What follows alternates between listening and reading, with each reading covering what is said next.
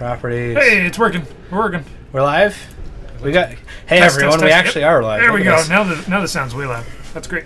All right, who do we have over here? So that is Travis, and he is on his Enchantress build. And then we've got Travis on Enchantress, Paul on Death and Taxes. All right, something different for you guys. Enchantress. I don't know if Enchantress got better or worse post-top. From what I've heard Travis say, it's gotten much worse. He's on Death and Taxes. We'll call it D&T. Okay. Now let's... Did I switch them? Yeah, well, we should probably transition these so they can actually see what's going on. And it's not round 3. Travis is over here, right? So I switched them incorrectly. Paul's got the map. All right, some legacy. Oh man, we got all sorts of things. We got round changing things.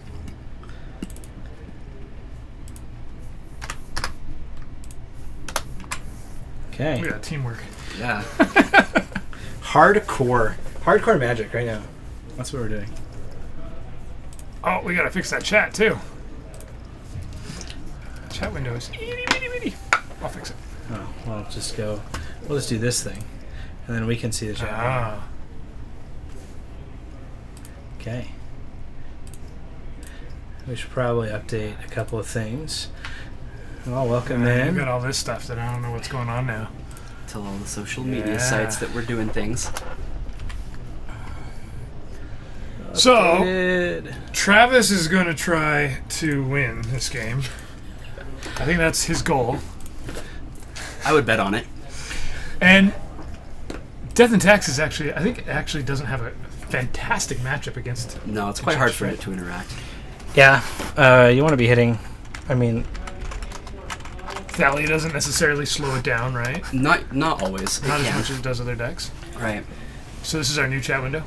Yep, that is our chat. Right on. Yeah. So do you want to post a here?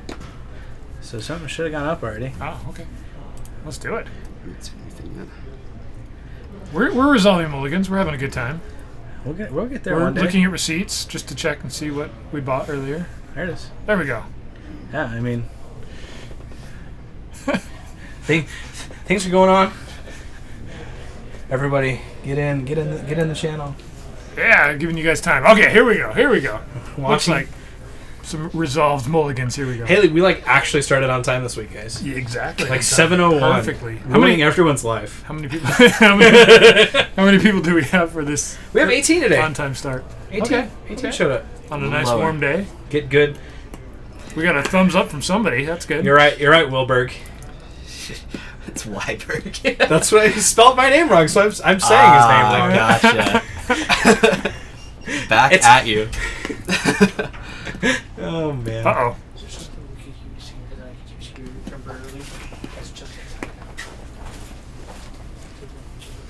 It's not a vile start for the Death and Taxes player. I'm gonna switch to this. We can always bounce back and forth if you want to. Yeah, of course. He's got a port though. That slows down Enchantress effectively. Yeah, it absolutely can.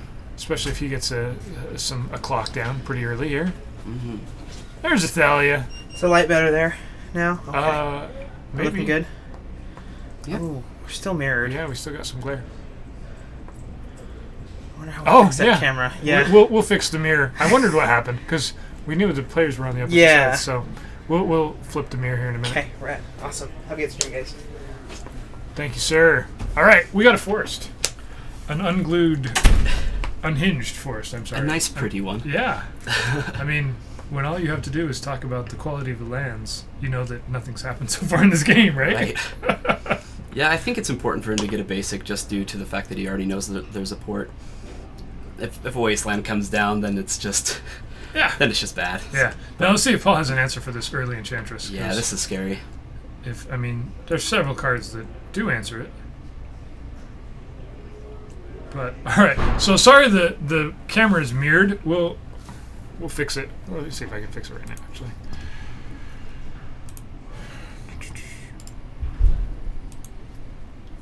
Well, if you can see that and tell everybody what's going on. Brian can fix it for. Oh. What did I do? We got the camera mirrored at the moment. What's going on?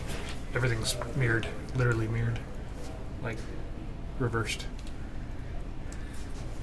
So I just need to click this and drag it and flip it, because that works. Or is it the actual input? It's probably just the input. We had that last time. Let's configure our video.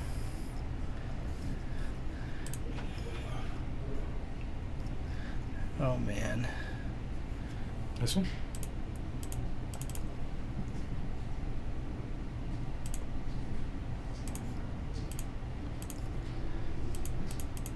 Here, let me try this. Hit cancel. It should let me do this. We're just messing with things, everyone. Hey! Ho! Flip the names around. Should be good. Look at that. Brian working his magic. It should be bigger. We've now made the table. It's upside down now. So it's still mirrored. It is still mirrored. It is still mirrored. Ah, it's the input. Boo! Well, flip it. Flip it back. Yeah, flip it back. Let me see if I can do something. What a weird setting to be dealing with here. Okay. Here's where it was when we started.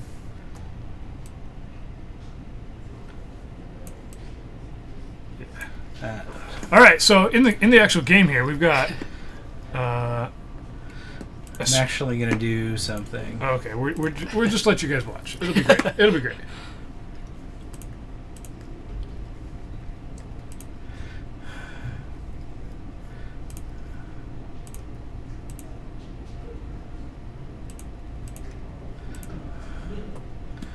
Well, between rounds. In the meantime, you Is guys that get to what watch this very backwards game. Okay, so we've got a Stoneforge Mystic coming down. It's already come down. We're 3 turns behind. And what's the prison card? What's the white prison card? Solitary confinement? Solitary confinement. So he has to pay 3 right now for each attack. Every creature. So he's pretty much not going to be attacking very much here. Not a whole lot. With these 3 lands. That's a... Oh. You know, I think Tom Bravager is pretty much right. Play Aetherworks Marvel. I missed It's good in every format. Yeah, I missed something too. Play Aetherworks Marvel. What? That was the most random thing I've ever heard you say.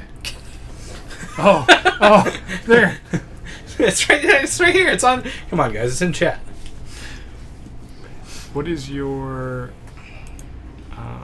So switch it back to us. Okay. While we try and just back him. There it is. Sorry, you've changed just enough that I'm not sure where everything is. Okay, we're gonna chat back here while we're trying to fix this. Here, let me do a filter. So why Exodia might win you the game. Like, it actually exists now that we've got these these Yu-Gi-Oh cards.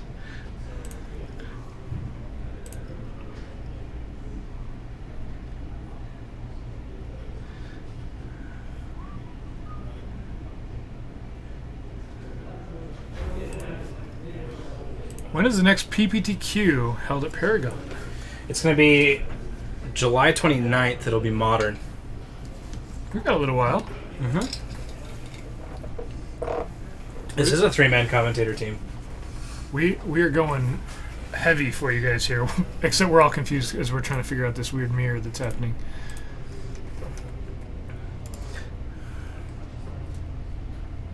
There you go.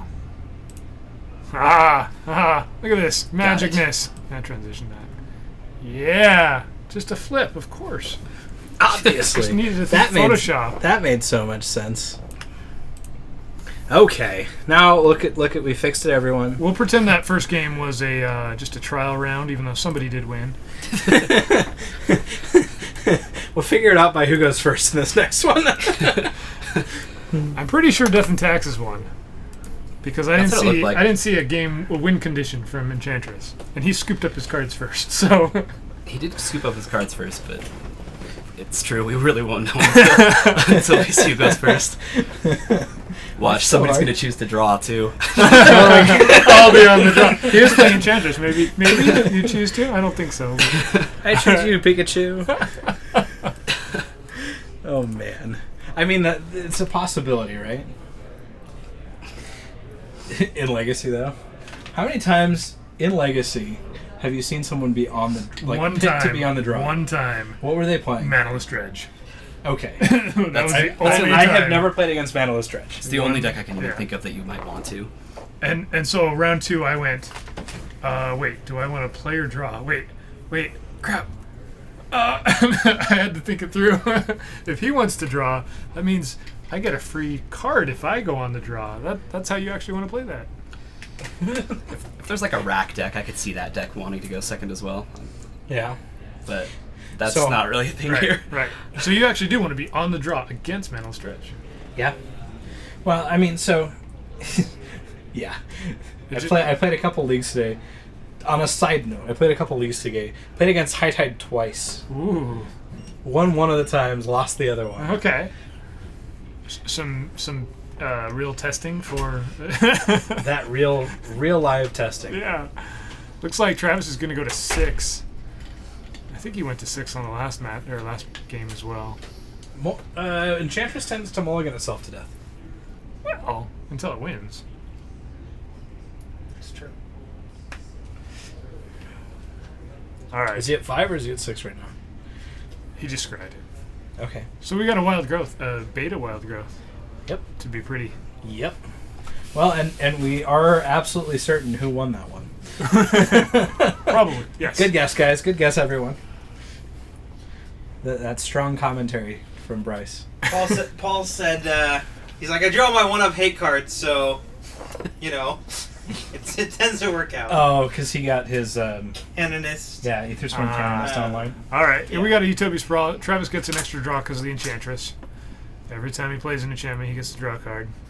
Which is why the deck's called Enchantress, right? Yeah. It's not Enchanter. No. And the card does have Shroud, right? Yeah. Yeah, it's really hard to interact with. Right. He can't do anything. He can... Ooh, Sarah's Sanctum. That's kind of unfortunate. Play a Sanctum and pass the turn. But... right. Ooh, Wasteland's nice timing. Paul gets to do something.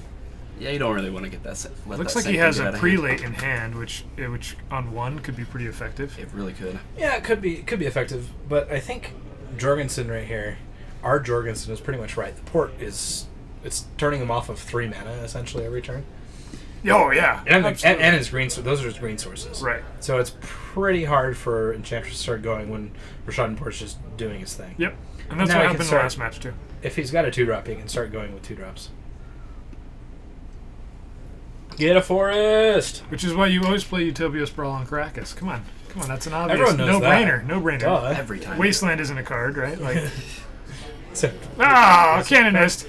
This is We got the swords this time. Swords to plowshares. Answer to that Canonist. Travis I don't give. You're at 22. Oh, City of Solitude. It's not going to help. Not yet. Not until I can actually start tapping for mana. Oh, is that another Canonist? It is. Jeez. It's like they're going to demand a swords second again. swords. Canonist swords. Just how I thought this round was going to go. Could have called it. I was sure that's what we were Hey, going to look, see. he's got a forest off top. Let's see what he does. Yeah, you're absolutely right. Those Canonists are definitely exiled. They are. And Pretty sure he doesn't play a Sword of Light. Now they're even more exiled. They're double They're exiled twice. First they were out of the game. Now they're just in peace. So yeah, what's happening for Tom Bravager is Enchantress is setting up for Helm of Obedience, which will exile every card in Paul's deck, and that's his win con. Right. That's the win con he's likely going to go for. He also has an Emrakul, I believe, in hand. Okay. He's got both win cons.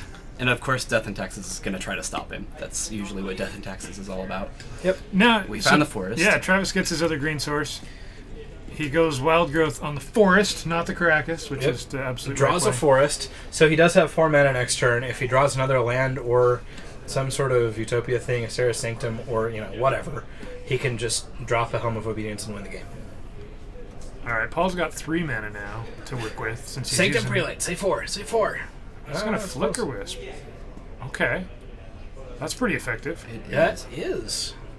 He Flicker Wisps the forest, gets rid of 2 enchantments. and he's able to lock down the other one. So now Travis only has 3 mana. But he's still got the forest off top of the library, so he's going to be able to drop the 4th land.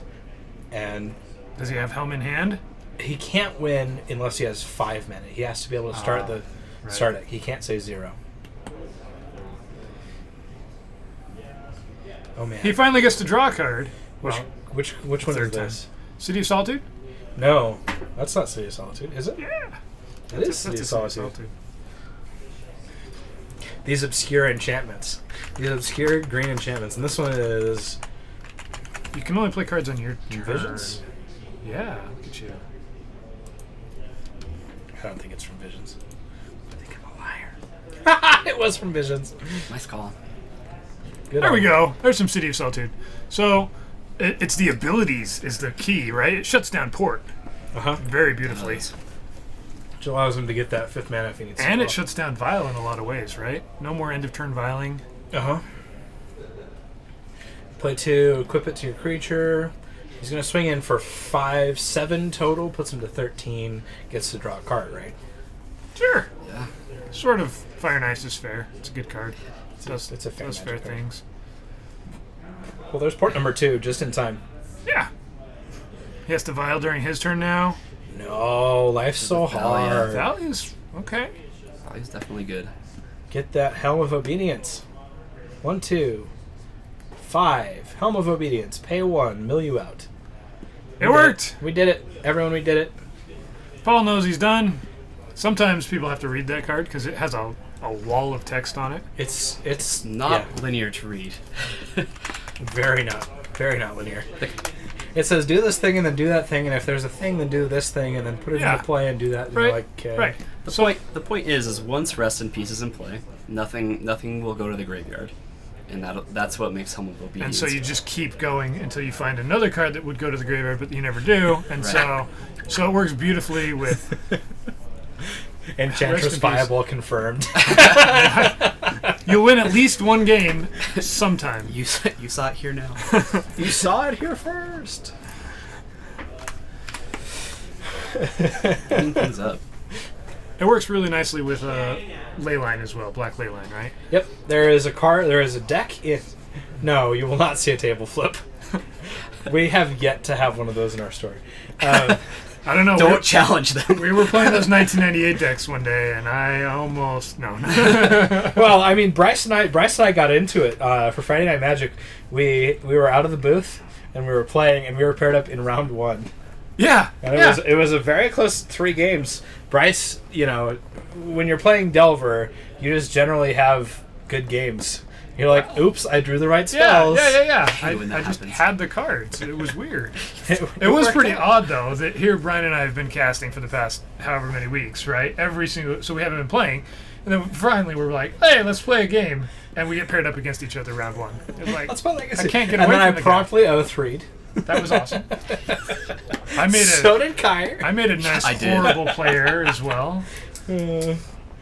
So I've been drawing lots of lands. one of lately. those who can't play judge other people who can play. Is that what we're doing? Those who can't play cast. Yeah. That's how it works, right? That's why LSV's in the booth. We know what's going on, but we can't actually play our cards. Oh man. All right, let's see an epic game 3. Where Magic is Paul is on the tough play. confirmed. Where Paul is on the play. It was a fun matchup though. Yeah. Well, It was I a mean, challenge. If Paul goes turn 2. Oh no, I meant you and me. I don't know about this. Is Enchantress ever fun to play against? I enjoy playing against. I enjoy winning. Anyways, back to the Leyline of the Void comment. Like, there's a vintage deck called 2-Card Monty that is Painter Servant plus Grindstone combo and Helm of Obedience and Leyline main deck, Yeah. and you play 4 of Misha's Factories. It's a Misha's Workshop deck. Which are Kinda reminds really me- affordable. Kind of reminds me of the old extended deck that had the Thopter combo in it and the Dark Depths combo in Uh-huh. it. After Depths. Yeah. What imaginative names. That's why I love vintage, because you have decks like White Trash and 2-Card Monty and like just by the name of the deck, nobody actually knows what it does until Travis went unless down they've to experienced 5 it. and has no lands in hand. Life's hard. And Paul's at 6? Did he mulligan So once? Travis has to go down to 4 here, and he wasn't going to draw another land ever. Nope. Because, I mean, that's how it works. Bomberman. I watched someone win in EDH today with Bomberman. What is the bomber? That's a legacy deck, right? So you can play in Legacy. It's more viable in Vintage. Okay. what's Usually the you play build? Bomberman Oath.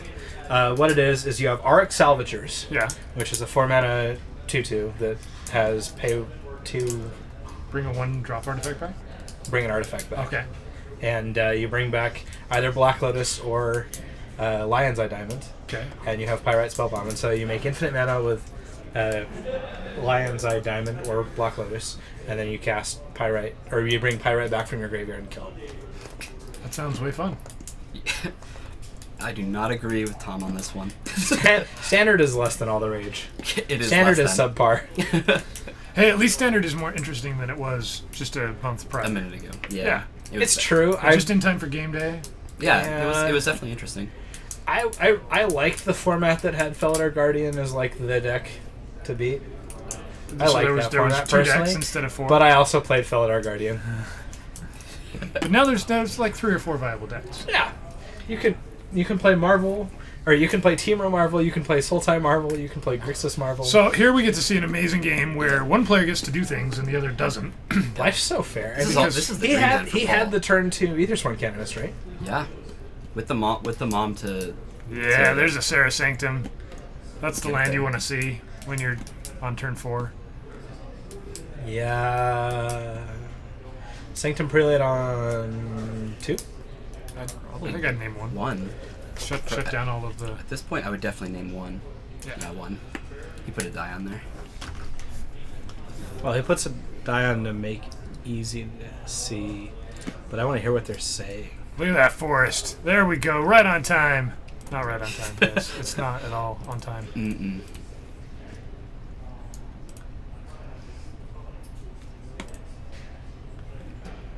We got a recruiter of the guard. I can't hear what they're saying, but it doesn't matter. No, I think well, I don't know. I'm going to go out on a limb here. I'm going to call this one for Paul. What do you guys, I don't know. Do you guys Every wanna time disagree? that I've called it, Yeah. it's gone the other way. So Okay. I'm not going to call it, but sure. I will agree with you wholeheartedly. This is an unfortunate thing about playing a deck like Enchantress. If you do have to mulligan aggressively and you see Utopia Sprawl, Wild Growth that are pretty much lands in your deck, right? But no forest, you have to mulligan. You do.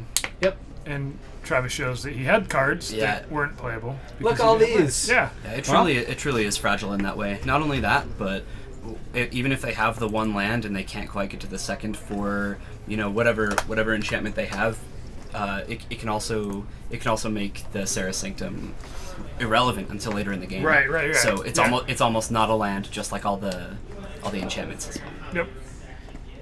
Life's hard. Whereas Death and Taxes is not going to have that problem. No, they're very consistent. Yeah. They're pretty much like, oh, I've got 19 lands in my deck. Sweet. Yeah. If you only have one land, then you often have a vial.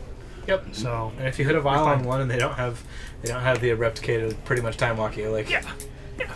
okay, life's hard. All right. Well, Paul took that one, right? So Very Paul, soundly. Paul has been doing quite a few decent 3-0, 4-0 runs, so we might see him again a little later. Some more Death and Taxes for you guys. Yeah. Well, so what's been going on in Magic this week, guys? Uh-oh. Making us think. It is Tuesday, so this week being... Since last two. There was some team constructed. Star City's second team constructed. That you, It was an you gotta- interesting tournament. Yeah, you got to watch a whole bunch of different things happening. So what were the decks to focus on? I was more interested in what was happening in Legacy as opposed to Standard and Modern, right? I agree. Well, let's pull it Um, up and see the top 8 deck lists. And we saw a black-blue standstill deck in Legacy do pretty well.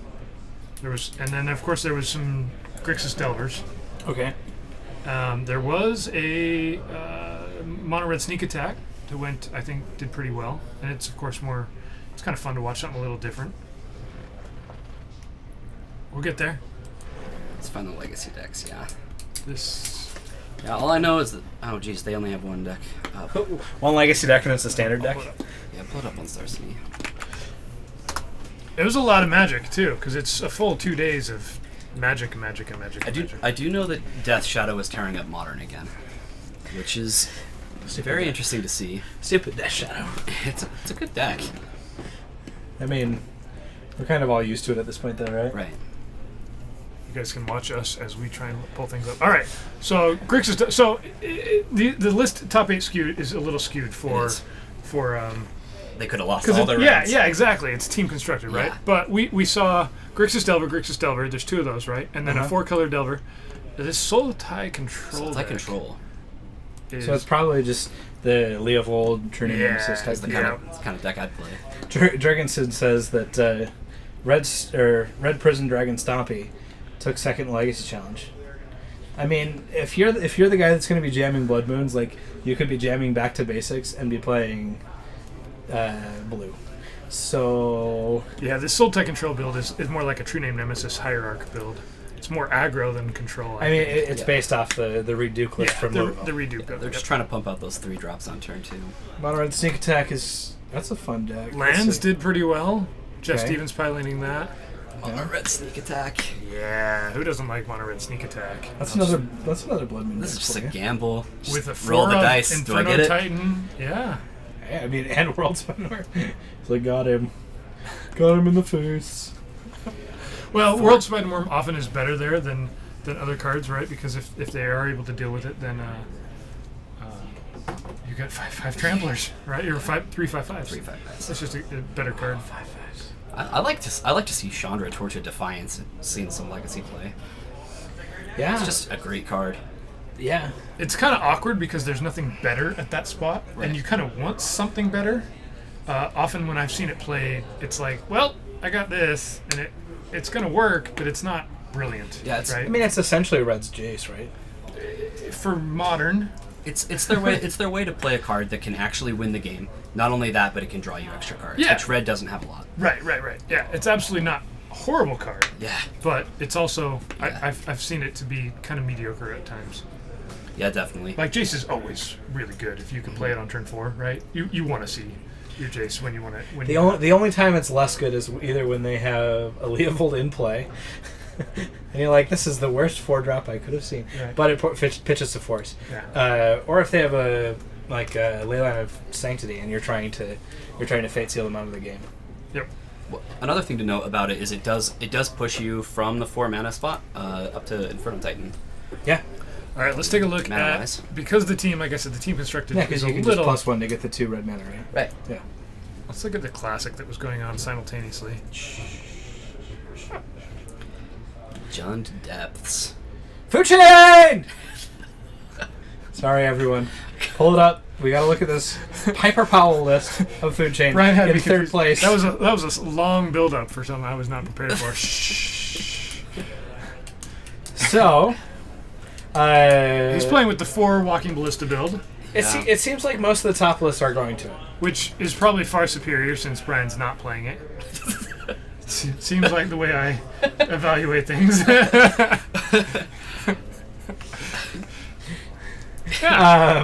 It has the one of main deck of Invading Click. Like, it's pretty standard. 2 Ponders instead of and 2 Manipulate Fates. It's got some mainboard hand hate.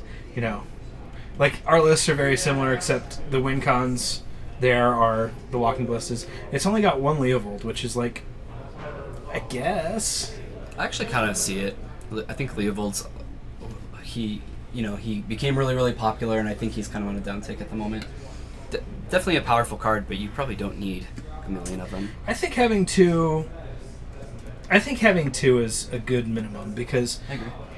you want to draw him and it's gonna die, and you want to be like, cool, you killed my 1. Here's my second one. Good luck, brah. So now the Ballista build has a better matchup versus Delver, right? You would have preferred seeing.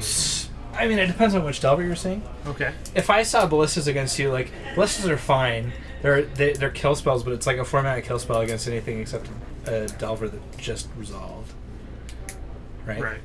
So, I mean, I'd rather just, take you out. And Just win. I'd rather get my Gurmag Anglers off my Fierce Empaths and things. I'm like, yeah, Fierce Empaths are like a bad... It's a bad magic card. I tried to fatal push one once. That was a good time. He did try and fatal push Yeah, it. yeah. And I almost let him when I said, well, you Wait a minute. Wait You a can't second. fatal push my 1/1. That's not right. I kind of like this land still deck. I think this has.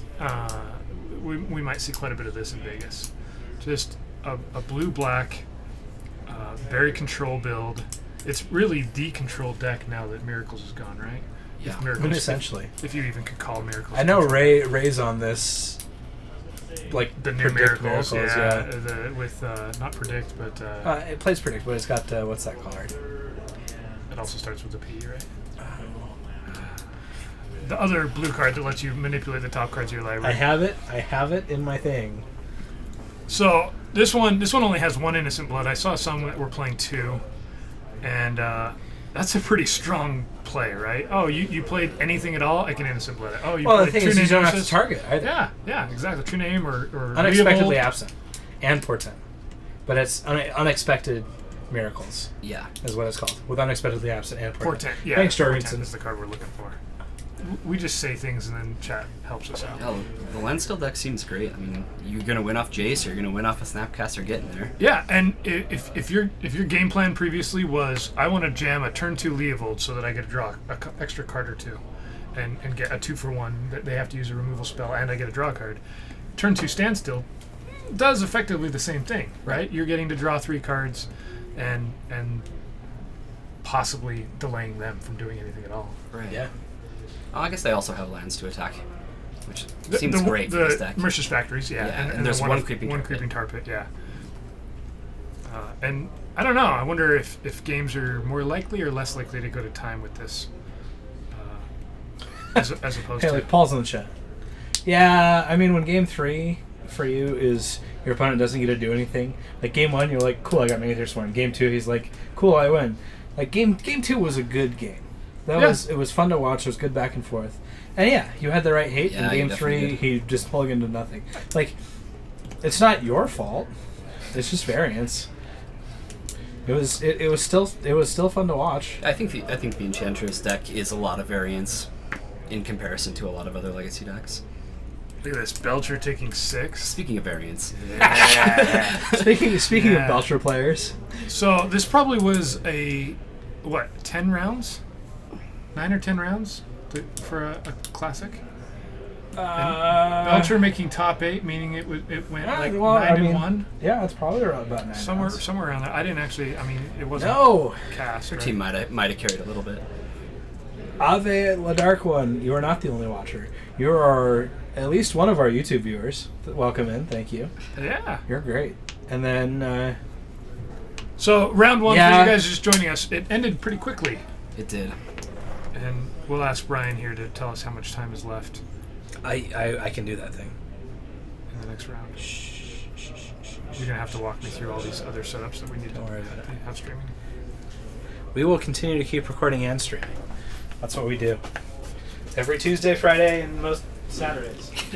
Wow, Most that's a lot. Saturdays. We'll That be is a here. lot. I'll be here every Tuesday at the very least. 15 and a half minutes. I'll probably be here 15 most minutes. Tuesdays and Fridays, whether or not I'll be here or playing. Playing? So- Yeah. So if one of us isn't here, it's because we're playing and having a good Yeah, I time. actually didn't know what I was going to do when I walked in the store. I walked in and I was like, so, Brian, what am I doing? He goes, you're casting with me. And I went, all right, let's do it. Yeah, that's right. All right, I'm going to go back to this Belcher list real quick. It's nothing exciting. It's just Belcher, right? I think 4 Belcher's Elvish Spirit exciting. Guide, 4 Simeon Spirit Guide, 4 Street Wraith, 3 Tinderwall, a 1 of Taiga, because of course, and then 4 Charbelchers and all of the cards that you and 3 Empty the Warrens. And all those cards that get you mana without actually Yeah. playing a land. Yeah, so you just win on turn 1 or you lose. Right, that's a good time. Good time. That's what Legacy's all about. All right. So what's interesting is here's this top 8 from a classic just last weekend, right? And there's no elves. I thought we were going to see an uptick in elves. I really thought we were going to see a lot of elves. I would be prepared to play elves in. I mean, let's look past top 8.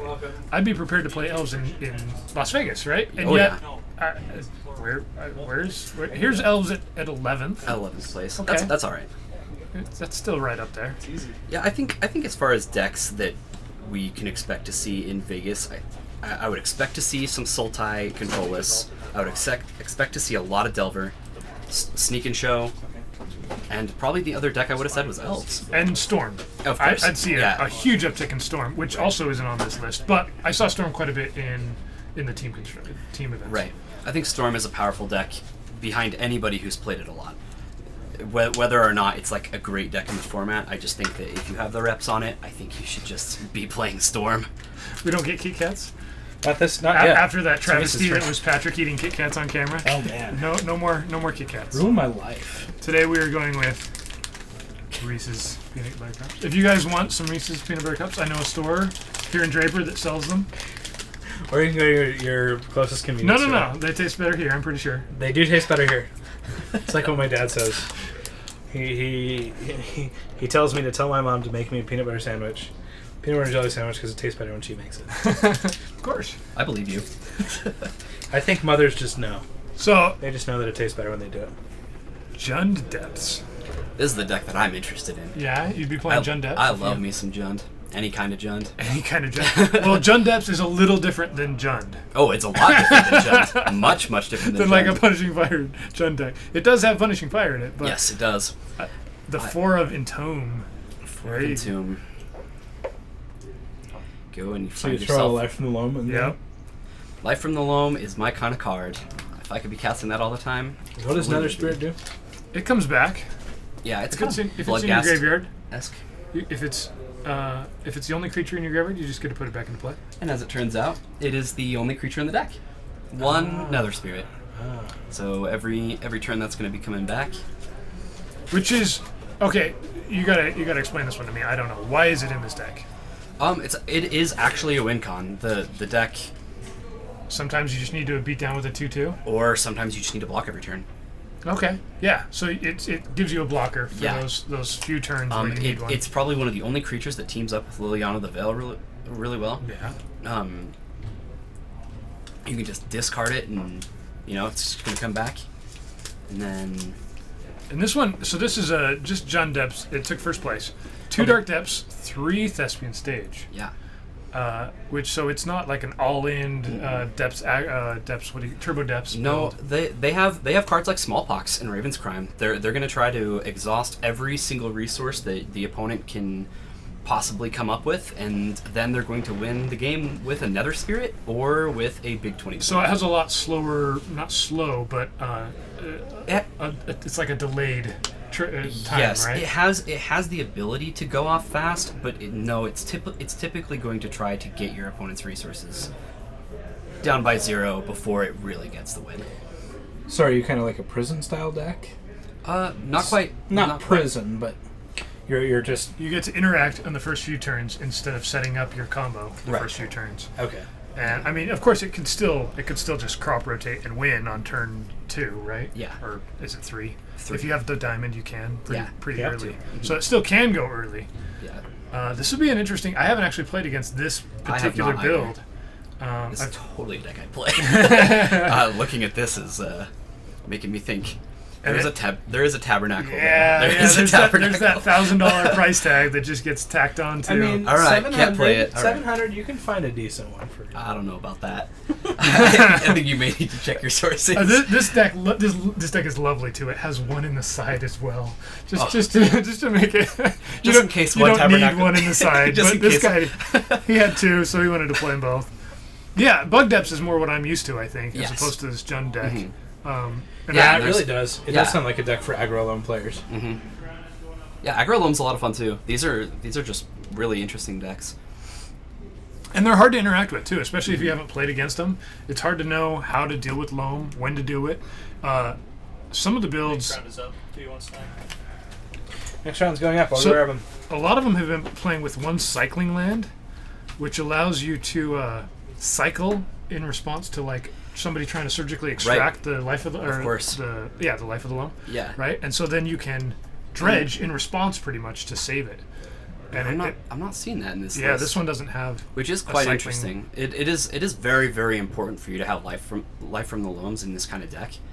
If they get extracted or exiled in any way, it's not going to be easy for you. Trying to like 1 damage at a time with Punishing Fire, or trying to like 2 damage at a time with Nether Spirit. It's not exactly the game plan that it wants And Molten Vortex can be brutal. Oh, I've had that come down yeah. on me, and I went, what? I lost. Sorry. Yeah, and over.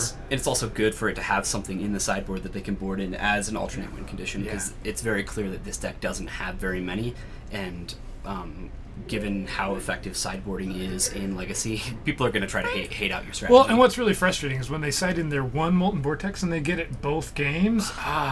I've had bad luck against lands. Let's pretend the land doesn't even exist. It's not fun. All right, so we just got pairings for round 2. We'll get that up here for you guys in just a minute. I'm not sure who we're going to see. Brian should be back in a moment, and he will let us know. In the meantime, we got the wrong. Let's reset some things. There we go. This one. Ooh. So I'm gonna click things and type things, and we'll pretend that it's effectively doing real things. Just pretend, though. Yeah. We don't want to get too serious. No. We actually got the camera not mirrored anymore, so that's good. That way, you can actually read the cards if your eyes are good enough. Yeah, I think the camera looks like it's a pretty sweet resolution. We've had it unfocused a couple times. It looks like it's better than it has been in the past. Definitely.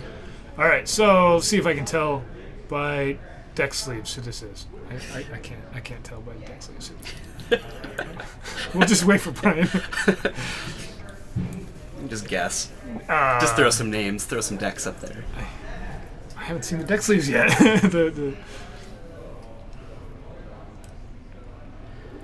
We only have 18 players, so I probably could just name off a few. Smaller In turnout. the meantime, Smaller turnout this week. I'm gonna eat this Reese's Pieces. That is an idea. Peanut butter cup thing. It's not a Pieces. I'm sorry. I lied to you all. 2 pieces. Yeah. There are 2. All right. So just to make you guys all jealous, there's no wrong way. Except when you have a couple people watching you, and then they get jealous because their mouth starts to salivate. Cheers. You know, you never really want a peanut butter cup unless you see somebody else eating a Reese's peanut butter cup. The spiciest deck in house. I don't know today. That is a good question. Sometimes Ian is bringing something spicy. I'm not sure if he's here today. I think the Enchantress deck is plenty spicy. Yeah. It did just lose, but There was 2 people playing it for a little while, and so Okay. it felt almost like part of the meta. Gotcha. Which is, suddenly it doesn't feel spicy anymore. yeah. But yeah, Enchantress can just steal games, especially if you're not used to playing against it, and you don't know when to interact or how. Death and Taxes just plays its cards. Or even what to combat it with. I mean, you can think, hey, I just need to be able to kill some enchantments, and then Yeah, right. and then you just kill the wrong ones and Right. die. Yeah, and then they drew 300 cards and have a million mana. And last week we had Slivers, That can- hooks. that can be spicy. That's a spicy deck. I don't know if that's here today. So we do not have Travis. We have somebody over here. Let's transition over here. We'll show you what we're seeing here. We've got one player Playing against some other kind of player. Not one that typically plays Magic. We almost did have a solitaire game, last. I don't know how that works anymore. The chat. And Brian's been messing with some stuff. Yeah, he's been changing things on me here, guys. It's rude. I'm not sure if we have Paul either, so I'm just going to keep enjoying this. I keep leaning the wrong way. I keep leaning out of the frame. It's kind of awkward. That's because last time All we right. were on this side. Yeah. Now, Brian, who do we have, sir? What do we got? Preston and John. That's John, of course. Yep, John just sat down. Preston is the shorter, chunkier one. What is John playing tonight? Storm. Yeah. I think. We'll put a question mark off next to that. If it's not Storm, it's Burn. Preston is probably on Death and Taxes. That's my guess. No? Not Show and Tell? He usually plays Show and Tell. Ah. That's right. With a Omnitel build, right? Yeah, with Omniscience. All right, here we are, round 2. Hopefully we don't have somebody that never draws a land, and we actually get to see some magic. Spiciest deck in the house. Did we already talk about this? We did, but we didn't have any answer. Yeah, we didn't have a real answer. What did you guys decide was the spiciest? Enchantress is kind of spicy, except we've seen it quite a bit. Yeah, Enchantress. Slivers the Belcher. other day, and We don't have Slivers tonight. not tonight. No. So who's here tonight with something different? Yeah, normally we have a lot of our players rocking tattoos on their arms. Whoa, Preston got We'll a get there tropical eventually. island in his Omnitel deck? Maybe Is Preston playing Storm? Preston might be playing Storm. There's a Daze in there. There's a Nimble Mongoose. he's playing this. What This the is That's not not Omnitel. Omnitel. This is some Canadian. Threshold. Or Teamer Delver. Sure, we'll call it. I like Canadian Threshold. We have a Canadian in the house. Are you referring to me? I'm talking about Canadian Tresh. Why do you, Spelling, guys. Resh. All right. Nimble Mongoose. I'm actually surprised that there is a Nimble Mongoose because I think that's and been John's replaced. on Storm. John is on Black Red Oh, Reanimator. everybody's changing it up. See, this is what's really great about playing here at Paragon is that there's enough variety of decks amongst people. But you can't always peg someone to the deck. that Yeah. you're playing. Right. That's definitely a good thing for a meta. Yeah, to be able to have diversity. Are you Goose Delbert? So I think that Mongoose has been replaced by something in Threshold, but I'm blanking on what the card is now. Daze the Reanimate. Days to Reanimate. Wasteland. Seems like something smart to do. I like it. I mean, it was what? Turn 1, Entomb the Gristlebrand off of a Lotus Petal with a Badlands and go for it. Hey, look, I just drew another Lotus Petal. He drew the Lotus Petal, had the other fetch line in hand. Now, does he just go for a Animate Dead here? Do you think, does Preston have the Force of Will? He has a Daze. Had a Daze. Oh, he used it. What? There's no lands in play, so a Daze wouldn't help. He's got a Brainstorm and a Ponder. No force. John is having an issue picking up these cards. Are you Goose Delver? Yeah, Canadian Thresh. That's what we said. It's the same thing. Goosebumps. Commence for 1. Get in. 19 more turns. Let's see if I can figure out what this card is that I'm thinking changed. I understand Goosebumps now. That sees you. Okay. Sees 3 lands, a Ponder, and a Brainstorm. Let's take the Brainstorm. Definitely. There you go. And No shortage of lands over here for Preston. John passing it back. And one is a fetch land, so he can potentially Brainstorm something. I do see that John has a Gristlebrand in hand, but I can't see the other card. Preston's Well, going it's to not think an now. Animate Dead. No. True name is Or Reanimate Stifle. for that matter. Or a Reanimate. Or an Exhume. Yeah, does this deck run Exhume? Yep. Yeah. Should be 4 Exhume, 4 Reanimate, and it's either 3 or 4 Animate Deads. Let's see if I can find this. Canadian Threshold seen 1/3 of its lands. Yeah. 1-2 fetches. Yep. That's funny that it pulls up a tiny URL for Animate Dead. Never seen that. Yeah. Good job. MTG bot. Well, Animate Dead is it's just a long-winded card. That's probably why it has that. Mm-hmm.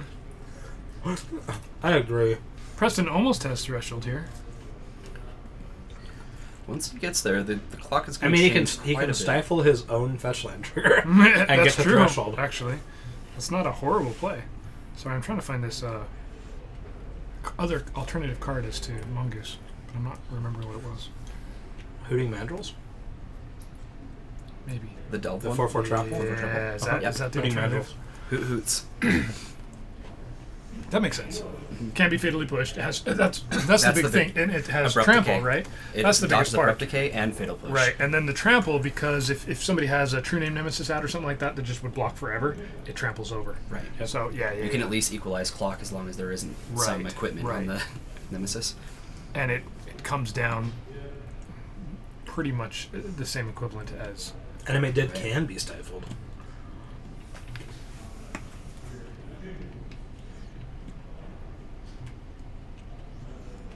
because it is a trigger. Hmm? Gets to be stifled. Yep. Stifle is a challenging card because there are a lot of things you think should be stifled that you can't. You can't? And a lot vice versa. Yeah. It's like, yeah, you can stifle that. And it's like, are you sure? Right. Sometimes it's very clear and cut, right? It's like, okay, obviously. So one of the times that Stifle really worked in your favor was when you stifled my Fierce Empath trigger. That was annoying. 3 mana 1/1. And Brian gave me a, okay, if you want to stifle that, like, it doesn't matter, go away. And I'm going, no, I really did. That's what I wanted to do. It was annoying, but it didn't end up mattering that game because I think I had a Genesis or something. Right. Which also would be a nice thing to stifle. It is, and that's a cast trigger, so it doesn't even have to come into play. You're like, counter it. I'm like, okay, cast trigger. Yeah. Stifle's the actual way to deal with it.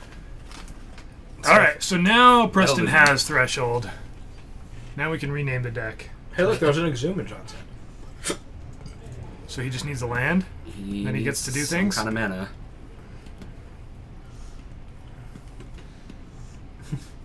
Yeah, this can't be choosers. It's true. I had a really poor game where I was stifling a Sword of Fire and Ice equip. It was bad. I didn't win, in case you wondered, but I delayed it a few turns. I used 1 card to waste 2 of your mana. I'm the best. It was a time walk. Come on. 1 mana time walk. Totally worked. Alright, we get the Threshold. Threshold threshed. It done threshed. Threshed him in the face. Weird. I'm not used to either of these players playing like semi-fair decks. Blackbird Enemy is not fair, but Canadian Threshold is like way too fair for Preston. Very fair. Yeah. He's got some Submerges that he can't bring in. He's got some Pyroblasts that don't help him. Or some... Yeah. Nope. Yeah, I feel like his main deck is already very, very close to where he wants to be. Really, you just need those Forces and Dazes for... He's playing... Is that 3 Winter Orbs he's playing? That's an interesting sideboard option there. Well, I mean, Canadian Threshold is very good at 1 mana. Yeah, I would expect one Winter Orb, not 3. The reason why we saw a lot less of Canadian Threshold not too long ago was Miracles, because literally you just counter all their spells. Right. And then Chalice of the Void when Eldrazi was the thing. So now that Chalice of the Void is like meh, I mean people aren't really playing it. Yeah, we saw there was Eldrazi. Chalice I think is great, but people aren't really playing it. What happened to Eldrazi? Why aren't they showing up nearly as much? I think it's still out there. So it like preys on Miracles, and the matchups that it's not super good against are like Storm and things like that. Okay. Right. And Show and Tell. Yeah. Where they're like Show and Tell, and Eldrazi's like 5/5, and they're like 15/15. You're like, oops, I done goofed. Now, I like HC Fox saying bring the Submerges in because it is likely that he's on the Bayou Abrupt Keep. Like that's pretty much what every Reanimator deck does anyway. Right. So like, the Submerge could happen. It does pitch to 4 still. Like, you can up that blue count if you need to. So I might take out some number of Goyfs and bring in some number of Submerges. Right. So there was a Eldrazi build that It did. took 8th during that team constructed we were talking about earlier. And, of course you've got the Chalices. But if you're playing a Chalice of the Void deck, you might be wanting to play a Blood Moon deck, right? And there's a couple options there for that type of prison deck. That's the mono red sneak attack deck. Yeah, It's got 4 Chalice. Or a white red. Sun and Moon. Yeah, there we go. Sun and Moon yeah. deck. Thank you. It's kind of the Death and Taxes, and a Death and Taxes with red in it. So Right? John That's- starts with a there we Faithless go. Looting. that's right where he wants to start. Did he reveal the Chancellor? It's Chancellor of the Annex that went on top. Makes sense. He must have revealed it. I hope he revealed it. He might have drawn it off the Ah. thing. And he puts his Thought Tease in as his second card. Plays his Lotus. Reanimate. Force of Will. So I guess the Chancellor was drawn off. Yeah, it must have been. Lucky for him, because that would have probably much been game over right There's there. 2 more Dark Writs in John's hand plus a land. They're definitely cards. Yeah, they're cards, yeah. I think. Certainly. Good thing he has the land. Oh, so Ooh. that sees you. Is that a Savannah or a Scrubland? It's a Scrubland. Yeah. The one that has black in it. So what's white coming in here for? It's for, like... Oh, man, what's that I mean, card there's that definitely Chancellor, Miracles but used you're to not use? hard casting that. You're not hard casting Chancellor. What's the white card that... The red and white card. The split card. Wear Tear? Wear Tear. Wear Tear is one of the sideboard Okay. cards. You can also have, like, Rest in... Or, I guess not Rest in Peace, but, Stony Silence or something like that. Preston's going Silence. to waste some more wasting. He doesn't really want to do anything. He's just building up Threshold, right? Nimble Mongoose almost has Threshold. Yeah, so I'm gonna say he's on the Wear Tear Stronghold plan, but he's probably not gonna bring in Stronghold Gambits because not good. Spell Snare is really nice to see. I mean, it stops Exhume and stuff. Yep, and Enemy Dead. That's kind of the counter spell you want right there. But is it the counter spell you need? It's the counterspell you deserve. John did his best. If he had that Chancellor in hand in his opener, instead of drawing it off the top, this would be a different game right now. That would have been ridiculous. Storm count 2. Everyone's storm count is 2. 2 petals into Exhume, and we're going to see that. So Spell Snare. here's a Spell nice Snare. 3-for-1, right? That's fair. That's a 3-for-1. It yeah. is. Lotus Petal, and Ugh. Exhume. Okay. Ugh. That's got to be pretty disappointing. Well, and it puts Preston up to Threshold, essentially. Yeah. It does. He plays one cantrip. Mhm. We'll probably see a Brainstorm or something at his upkeep, right? Oh, well, it's Spell Pierce. Well, I don't think Preston's losing this one. Not likely. Run for your This is online. loose. Guys, we haven't gotten a good pun in yet. I guess it's only round 2. Well, and we were messing with the mirrored screen and stuff for a while. You got to give us a break. Yeah, you're right. we haven't had the time of day. Oh, the beatdowns! The Delver does not flip. No, he doesn't need to, though, because there's a 3-3 I didn't Mongoose. even know that could happen. Oh, it can happen. If you've ever played Delver, you've had it not flip before. No, I've only played against it, and it flips. Who is it that we watch on camera every week blind flip his Delvers? Everyone Was it that we Steven? normally see. Everyone. Sure. Every Delver deck ever. No, it's Josh Snow. All right, so now Preston's beating down for 6. John can't win this game. Not with that. Not with a Spell Pierce and a Spell Snow. Pierce. No. Preston Just the takes it match. down with some Canadian Threshold. With what looks like a pretty old build. I think Yeah, there was kinda a classic. True Name Nemesis in there somewhere. But otherwise, it's pretty much the same old Stifle Wasteland plan and then beat down with the Mongoose. Yeah. Right? Yeah. Well, I guess it's back to us. Have to watch our ugly faces. You can poor talk about thing. food chain. Eat more candy. We could talk about food chain as he walks out of the room. I'm just opening it up so we get some air. There, we're back. 2 of us. Now what are we going to talk about? Oh, we That could- was cool. I like Canadian Threshold quite a bit. we I haven't could- seen that in a while. We could talk about food chain while Brian's gone. Just get it out of our system. Just That's a good idea. yeah, I figure it's probably better to talk about while he's not here. Oh, he would hate me so much.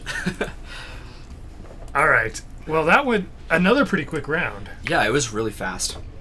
I was kind of hoping to see Red Black at least do its thing once, but Yeah, it tried. It tried really It hard. did. It almost did it there on turn 1 of game 2 there.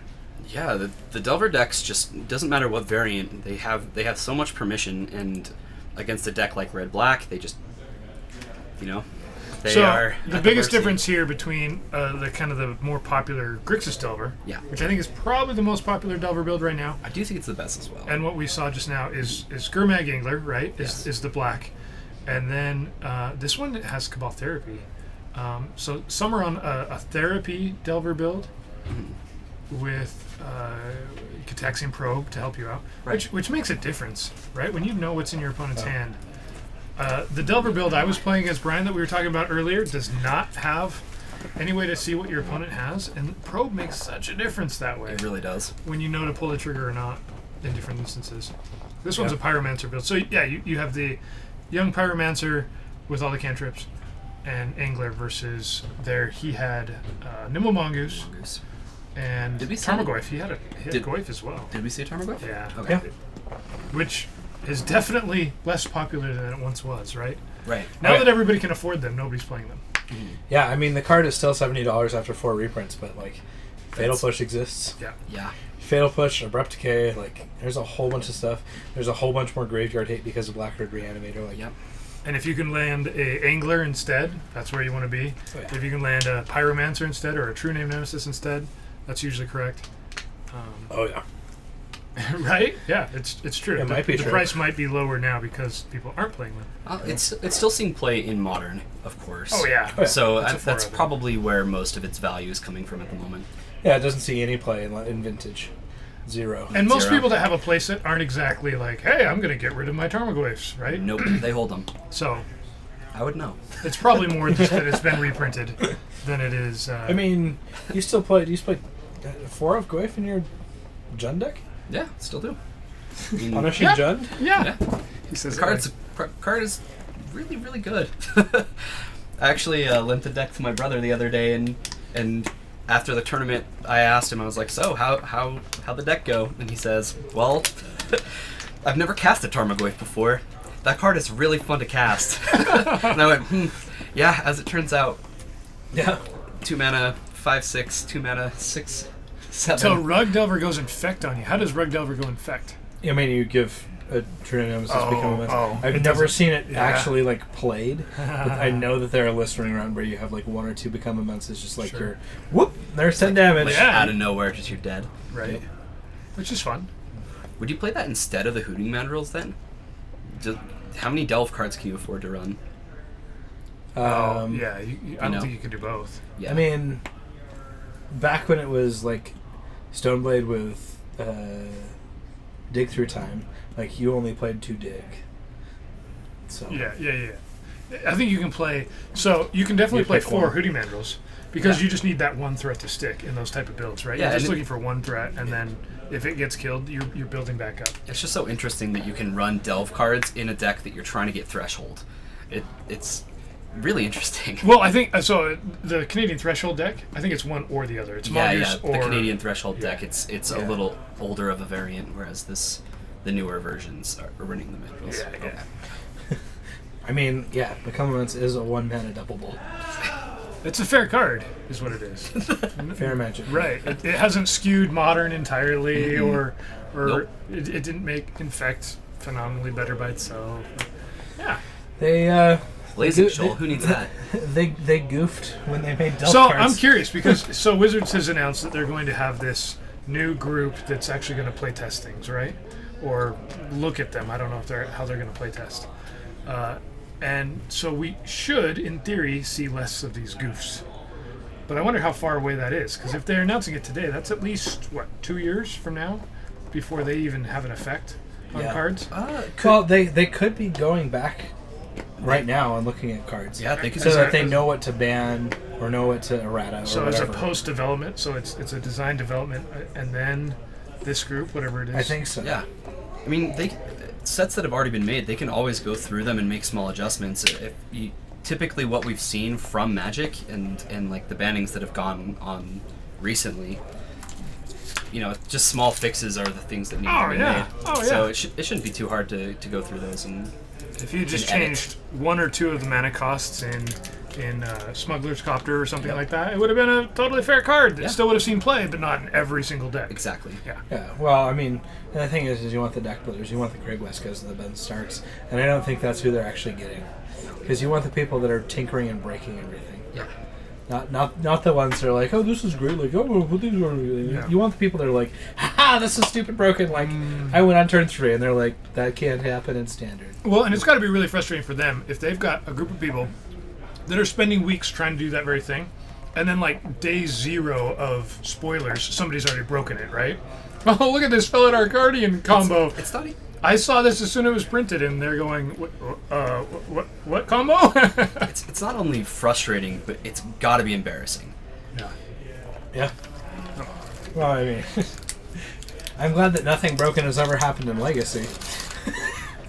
When was the last card that, like, broke something in Legacy. I guess like Dig Through Time and Okay, yeah, and, yeah. the Dig other Through Time and Dig Treasure Time, Mental Cruise. Misstep. Yeah, okay. and the other draw spell. Treasure Cruise. Treasure Cruise. There we That go. are both restricted in Vintage. Yeah, Yeah. but before those, it was probably Survival, Okay. right? No. I mean, And that was that Rexer. pre-Legacy? Was that Yeah. extended? that was a while ago. Yeah. Treasure Cruise is a card. So here's an interesting topic that I read an article about the cost of Standard being significantly lower than most decks are $200-300 right now instead of $1,000, right? It's like Pauper levels. And Much better.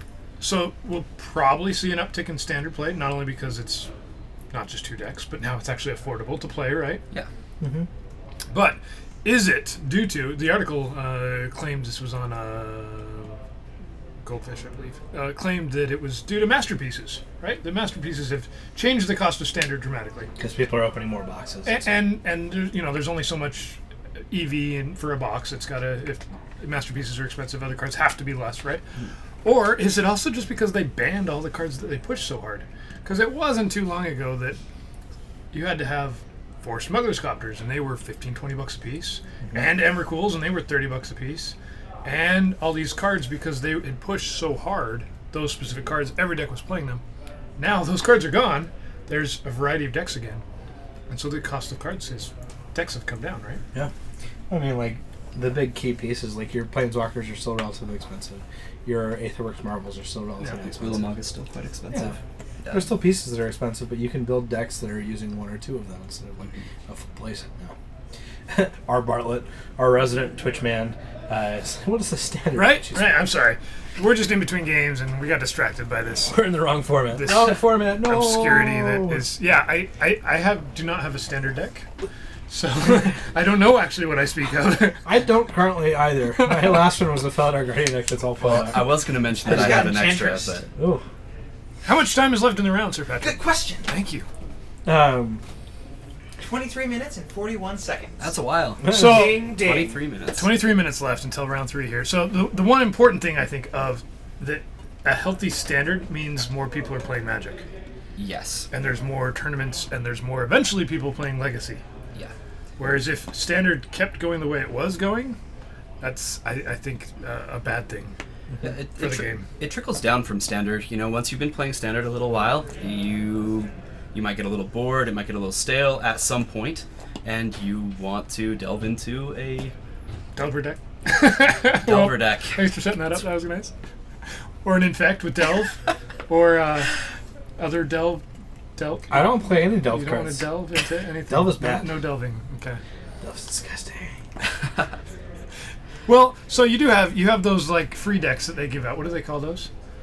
What do you call the free player decks? The Planeswalker decks that are. Like the new player decks? Yeah. New player deck. Is that what they're called? In- So you get intro, yeah, new intro player deck. Okay, whatever they are. So you got to play those. You get bored of those in about 2 seconds, and then you play Standard. And you get bored of that in about 2 seconds, and then you Then 3 3 seconds. seconds, You're yeah, right. yeah. You're right. And then you play Modern until you've Not event decks. Just No. the Yeah, the no. new player. No, New- event new decks player. last one. new. Yeah. Sometimes if you need something different, just clash 2 new player decks against each other. And Also, so this is one thing we'll be announcing with our invitational. One of the formats will be sealed new player deck. yeah, So it's 2 new player decks mixed together plus whatever's in standard at the time. It can be. And Oh, a top 8 draft will be a poison draft. Plus A whatever's in- draft your poison, pick your poison draft. so you get two new player decks and how many packs of Standard? There's cards that do that. That you just. Oh man, Greenbelt Rampager, Rug Delver. No, I don't think Energy's going to break into Legacy until it sees another block. There's got to be at least 2 blocks of support for a card Agreed. to kind of see its way in. Yeah, it's very similar. And we're back. And we're almost back. We Kinda. should be live in 3 places. There we go. We're back. All There we right. go. Okay, so imagine for just a moment there's a magical card that costs 0, it's an artifact, and it comes into play and gives you 2 energy. That's all it does. Does that make a Greenbelt Rampager playable in anything? Probably not. And that's a broken card. Well, right? you know what? They just printed Fatal Push. Things like this make. It's back just like a Greenbelt Rampager. Oh man. Like it Rip. needs a broken card to make it viable in Yes. somewhere. It's not bad in standard. It's fine. Yeah. Definitely. I've had problems with it. It's a 4/3, isn't it? Or, Three, no, it's four. a 3/4. Yeah. Which is still So good. it survives slight revolt. I think the revolt mechanic is one that we could probably see more play of. Like Norham Renegade and things like that are actually relatively viable. You can get 4/3s, you can get 2/3s and stuff Renegade for one or Rallier. two many. Yeah, one or two Renegade many. Rallier is a card that I could see being very abused. I'm happy that it's going to be an F&M promo. Like, Yeah. it's a good card. Fatal Push is going to be an F&M promo. Like Right. the worst one's Reverse Engineer, and like there's probably going to be a way to break it. Someone's going to figure something to out. play reverse engineer. Yeah, Sure. they'll figure something. Yeah, somebody finally deciding that they want to have good cards for F&M that people actually want to have. Let's give him foil Fatal Push. Oh! Yeah, Yeah. I was thrilled to see Unlicensed Disintegration. I was like, thank goodness, a card that I could actually use potentially. You know, Rampager to fuel Stormcrow. That's what it's good for. Of Schrodinger's cats is. Cats. That's a great game. You have to open a copy. Okay. What's the really nasty death touch? What is the death touching? Oh, 1/2. I'm not sure the name of it. You're asking us standard cards. That's just a bad idea. I think we were the ones that first brought up standard Yeah. cards. What's the name of this card, Brian? It's the one Narnum green- Renegade. What? No. It's Narnum Renegade. Narnum? This one? Narnum Renegade. Narnum? Yeah, look it up. Narnum Renegade. We don't want to look up cards. Wow, you're right. Narnum Renegade. You know why? Because Nate played this deck for a couple weeks. It was on Eternal Durdles. Narnum Renegade. Yeah, the card's fine. I mean, Yeah, it can be a yeah. 1-mana 2/3 with Death Touch. I mean, It's window. Window capture. Window capture, yeah. There you go. Oh, that's what he uses it Oh, against. sorry. Don't look. Don't mind me. I didn't do it. Let's fix that.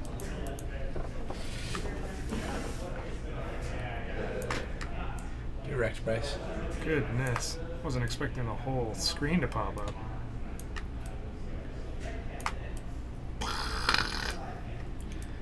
and There we go. Narnum Renegade. What's the really nasty? You ask, we answer. Look at that. found it. It only took Well- 3 people, and Never didn't have it. And honestly, First try. Narnum Renegade, like, Fox brings up a really good point here. It's very good for Gurmag Angler hunting. It's almost like having a Baleful Strix. yeah. Yep. And attacking for 2 is relevant. Yeah, well, and you get a 2/3 Death Touch on turn 1. You go Verdant Catacombs Fetch, 2/3. And Yeah, they're this, like, "Ah." this card seems a lot more playable than Rampager. I think so.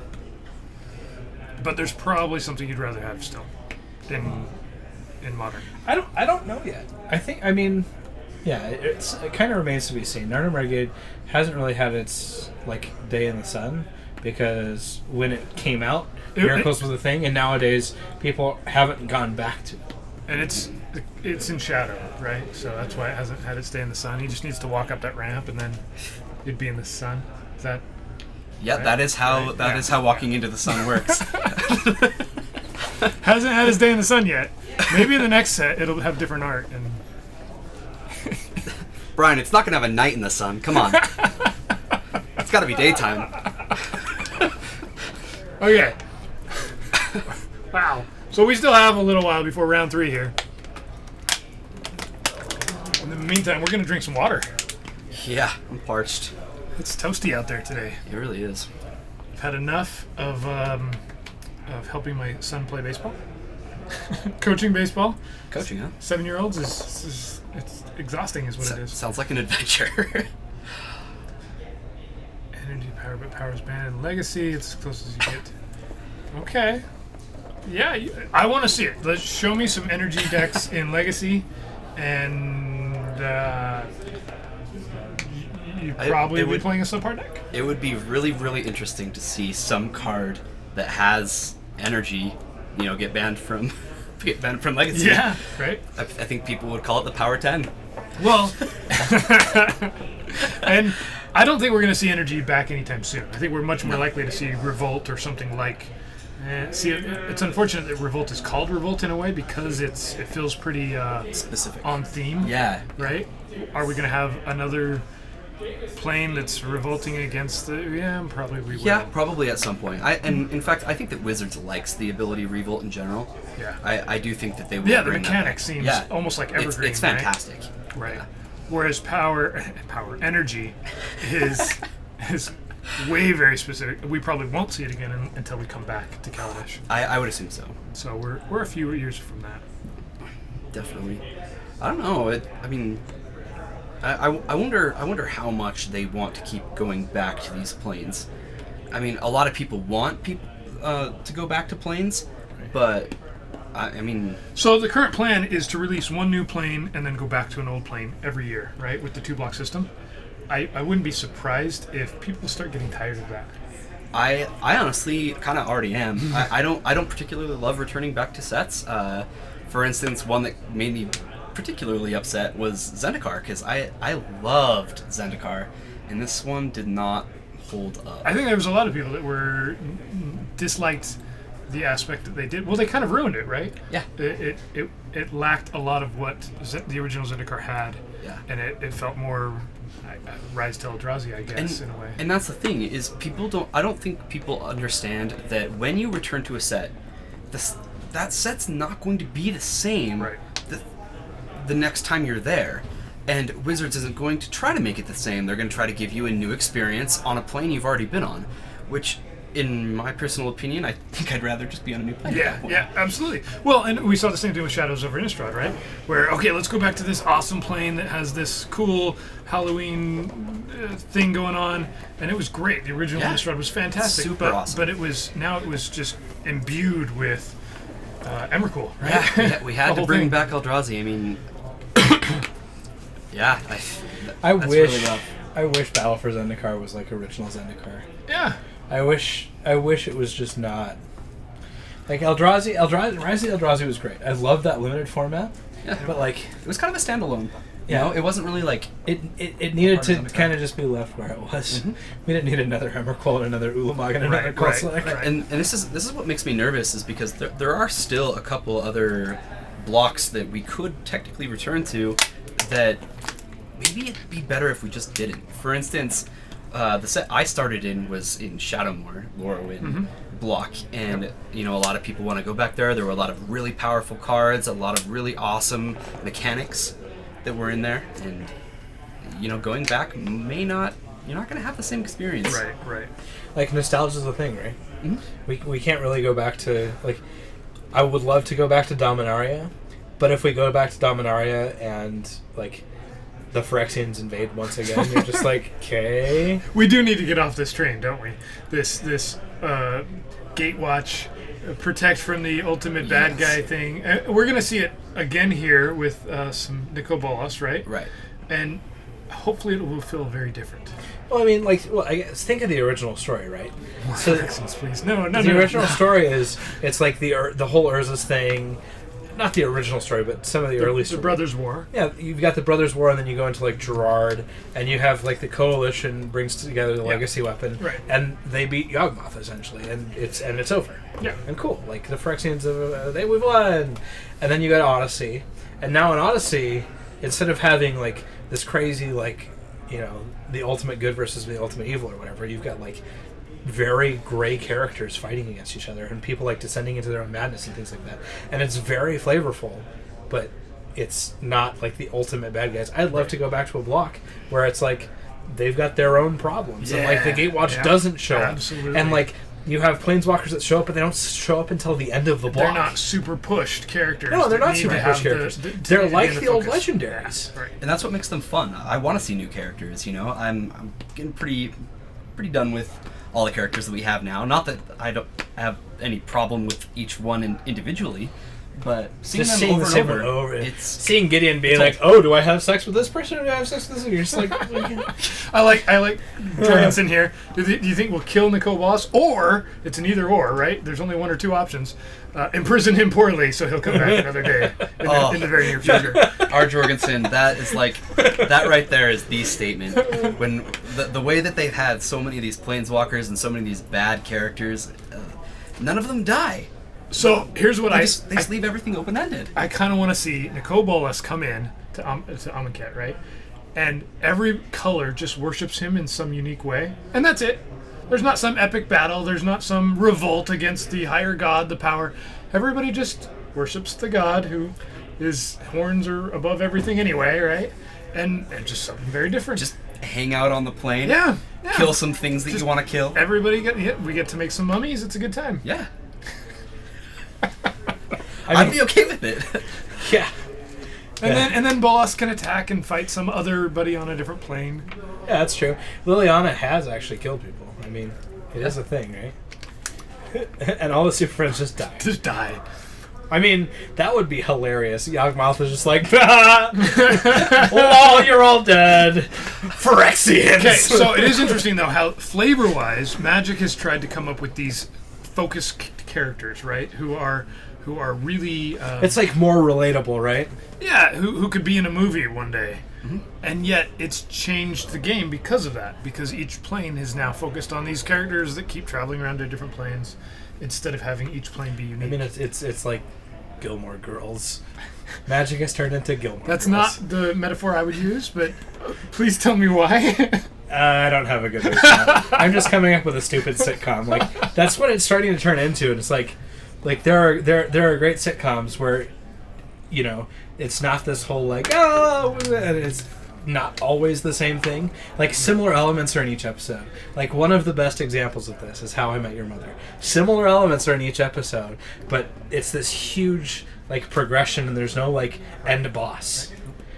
It doesn't end with like an end boss like, oh yay, we're all happy and whereas instead what Magic players want is something like Game of Thrones where you have no idea who's going to die and who's going to show up in the next episode, right? I would be so okay with Wouldn't that be great? Oh, Jace is dead. Everybody, half the world would be cheering, half the world would be mad, but everybody would be playing Magic. Well, everybody would want to see the next episode. Yeah. You go back to some of these older post-mending planes, I guess, are they still technically pre-mending? Like Venser loses his spark and all those things. Right. That's all pre-mending.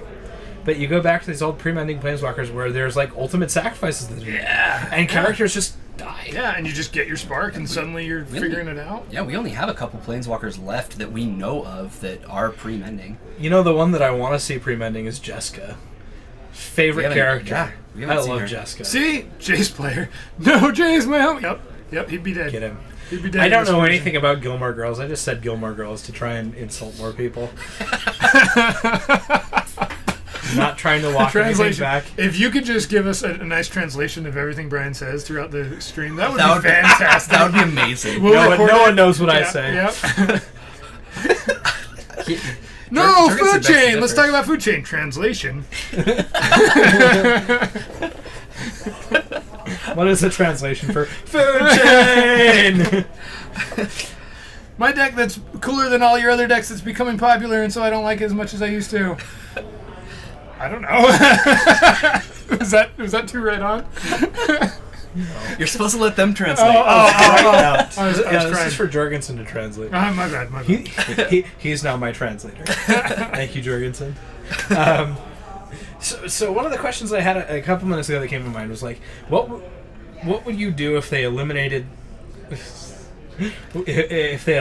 Standard as a format? Do you think it would improve the game if Standard was no longer a format? No. Okay. Who No, asked that? I think Standard. I thought it was. Okay. Yeah, I think Standard is good. Okay. I think it's a good thing.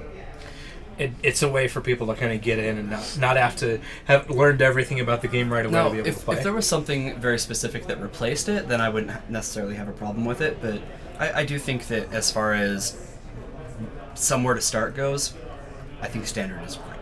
Okay. I think Standard has some weird issues right now, recently. I think Standard of the past I enjoyed much more. I enjoyed figuring out Standard decks and brewing. It felt like an opportunity to brew, whereas if you're playing Modern and Legacy, you don't have... I mean, you can brew in Legacy, sure. You can. But it felt like every time you saw a spoiler, it was like, okay, what deck can I build with this? What can I make? And that new, fresh excitement was fun. That not so much in Modern, you're looking at one card. Oh, I can use this card in Modern. This one card is Modern playable. Maybe it'll squeeze into a deck. Whereas Standard, you're looking at an entire deck. Kind of the same thing with Draft, right? Right. Which you get to do from a new set.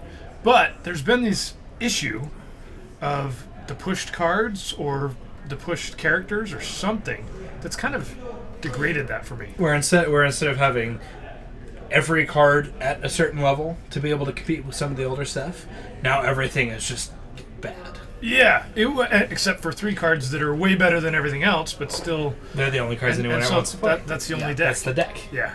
Yep. Where it's nice if there's an aggro deck and a control deck and a mid-range deck as well, instead of just like Aetherworks Marvel. That's not fun to me. I don't want. It's not fun because there's nothing that stops it. There's no. Well, there is Aven Mind Sensor, but you're not searching it. You're looking at it. Right. Yeah. I think the best way to combat it is just counter magic, and unfortunately, the counter magic decks don't typically wind up doing all that well against stuff like zombies and Marta vehicles. You know. Yeah.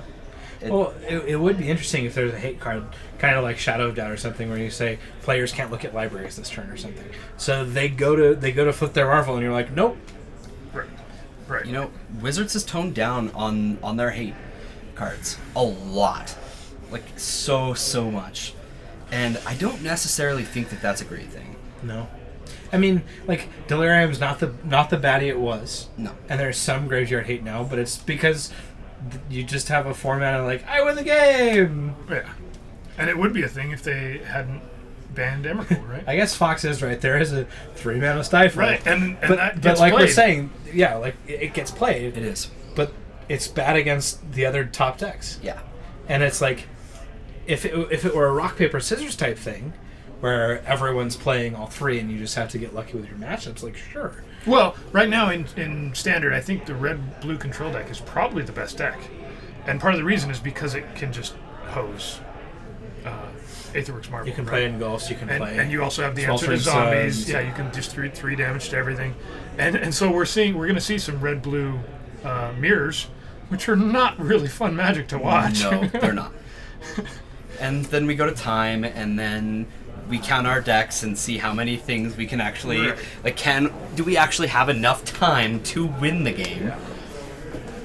Yeah, it's frustrating. But that's all right with me, because if there's a control deck, then that allows for an aggro deck, and there's some variety going on, right? The metagame actually changes. Instead of here's these 2 decks, they're going to stay these 2 decks until another set is printed, or we ban something. Dispossess. Nope. Your card's banned. Your card is banned. I ban it for this game. Right. I mean, I guess that makes sense. I don't want to lose a game based off of a coin flip, so let's get rid of that. And just like earlier we were talking about how I've never seen a Delver not flip, I get Ulamogged every time, guys. Turn 4? Oh, I'm dead? Okay. Like, that is actually Cool. how it works. Cool. I was going to play some Magic, but I you might, won. due to this fact, I may actually need to play the red-blue control deck just so that so that it stops happening. The dark side, guys. The dark side. Got it. It's actually an affordable standard deck, too. Yeah, It's an affordable standard deck. I'm like, the mana base isn't ridiculous. Mana is never really going to be ridiculous.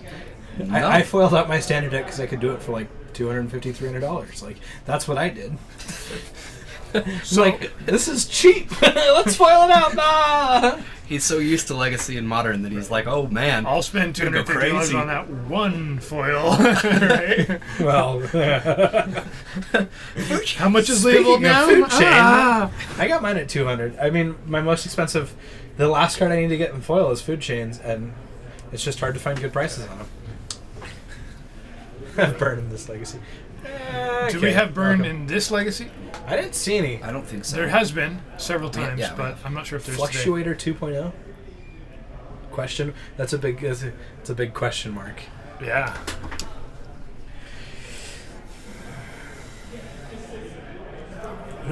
Yep. It rip you. Oh, shoot. Don't foil miracles. Yeah, that's rough. You're right. Watsy. It's all Watsy's fault. But Now- you can still keep them for later. Yeah. I don't know what you can do with foiled miracles. Well, you don't know what's going to come out as far as deck manipulation goes, you know? Like, that's something that could easily get printed. That's not too insane. I love this. I've thought about playing Teferi's Response in my deck. It's such a funny card. It says, I believe it's 1 blue counter target spell or ability that targets a land you control. Draw 2 cards. So it's like, Gotta that's see cool, this. Wasteland. I will draw 2 cards. From invasion. Yep.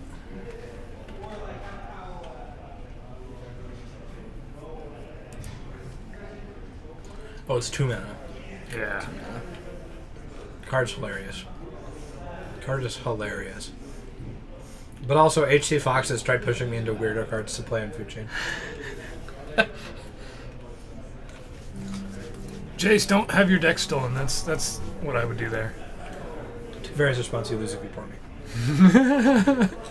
There you Draw go. 2 cards. Or Wasteland. It's a rare too, and you get to draw 2 cards. That's a great Two time. cards is definitely relevant enough. To All right, make it. now I need a Teferi's Response to put in my sideboard, just to play it Do it. one time. I just heard the round end. We just Yep. need a. Let me follow up. So Yeah. finally, we're gonna have round 3. We're gonna actually show some magic. If this round ends quickly, maybe we'll put some another matchup on Yeah, or something like that. Try to get a second matchup. So far today, we've had some quick games. Very. So bear with us for a minute or 2 more here while we get round 3 We're going. waiting for Death and Taxes. Always waiting for The that. new slowest deck in the format. Did you tell him to attack for 3? I think he's trying. Brian's over here eating chips, having Yeah. a quality dinner. Quality dinner. He's hiding. It's not working. Maybe you guys can't see him, but Oh dear. Log Grixis Delver Storm and can build Stoneblade. So, old school control. I'm thinking that the black blue standstill deck is more controlled than Miracles was. I think so. Miracles was really a combo deck in a way. yeah. I mean, it can it can combo you or it can lock you out. Yeah. You were trying to lock out 2 combo, right? Mm-hmm. Whereas you weren't just controlling Yeah. the whole time. But yeah, this land still is very classic control. Yeah. It's kind of a do nothing. Yep. Drago. Drago. And, I played standstill. Drago. Drago. Yeah. Your move. Yeah. By the way, do you guys have 4 standstills? Somebody likes this idea. I don't have any myself, so they're like $5 a piece right now. Are I think so. Is Standstill Odyssey or is it? Yeah, Odyssey Uncommon. Fox on the run. I have to admit that seems like a sweet deck for Legacy. I haven't seen it played yet, so I'd like to see what it could do. I like making Brian look at cards. Ooh, there's a media promo of it. That's actually way hot. I love it. So the market is... Foil is pricey. I would assume so. Click on it. $20, $25. Wow, that sounds like a good guess. Yeah, and Bug Delver's still a great deck. Yeah. I think just about any variant. 15. For the foil? Yeah, okay. So the normals come down a little bit. Yeah, just about every Delver deck is. They are not viable. all near mint.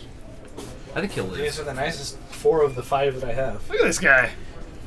He's got standstills. They're beautiful. Coming very to still. a deck near you. You will see it on Friday night.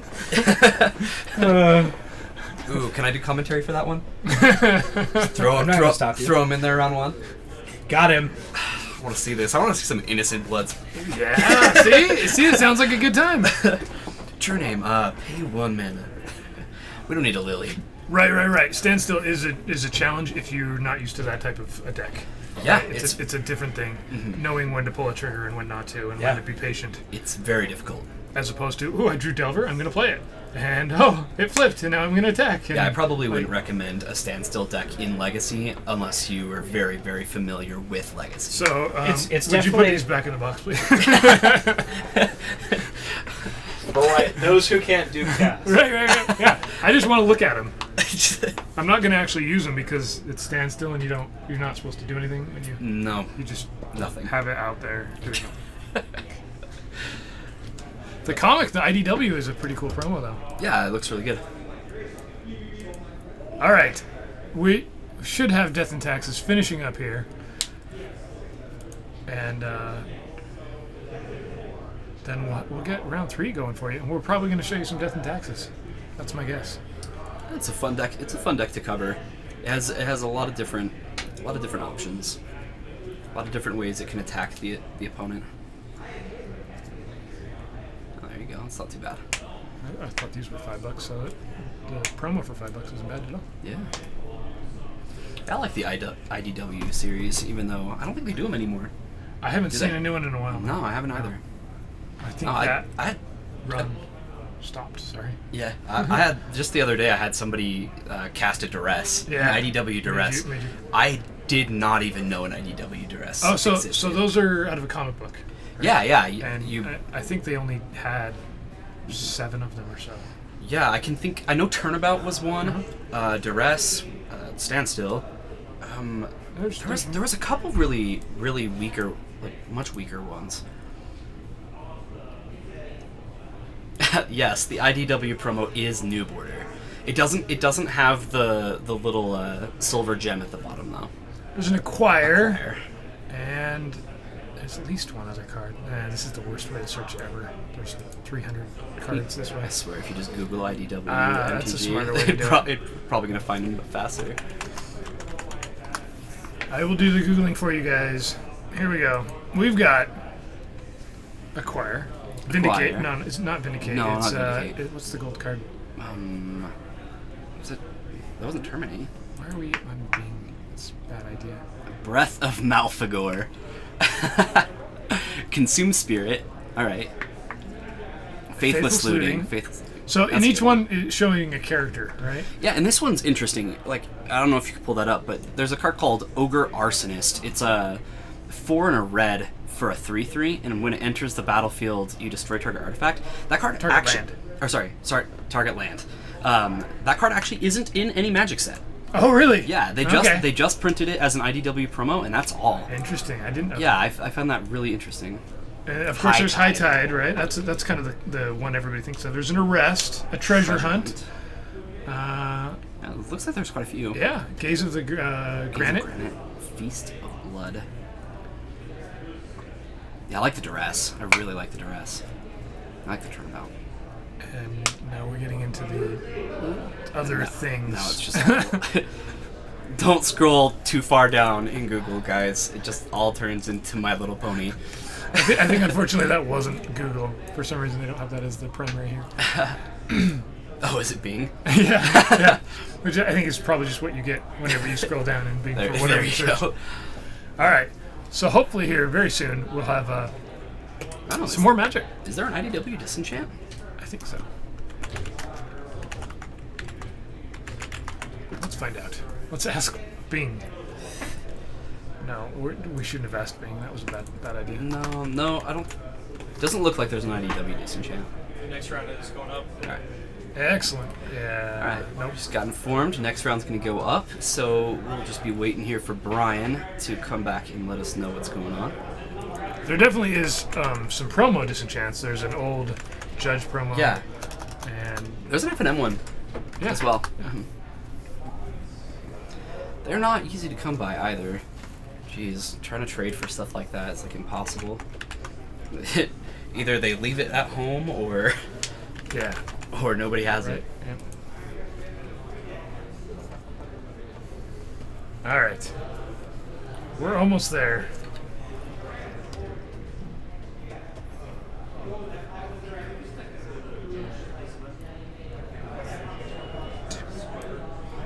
Oh, there was a great moment in the coverage, early coverage of the team, the SCG team constructed, where they panned away from the announcers or the commentators. Okay. And they panned back. They went back to them, and they were both on their phones texting.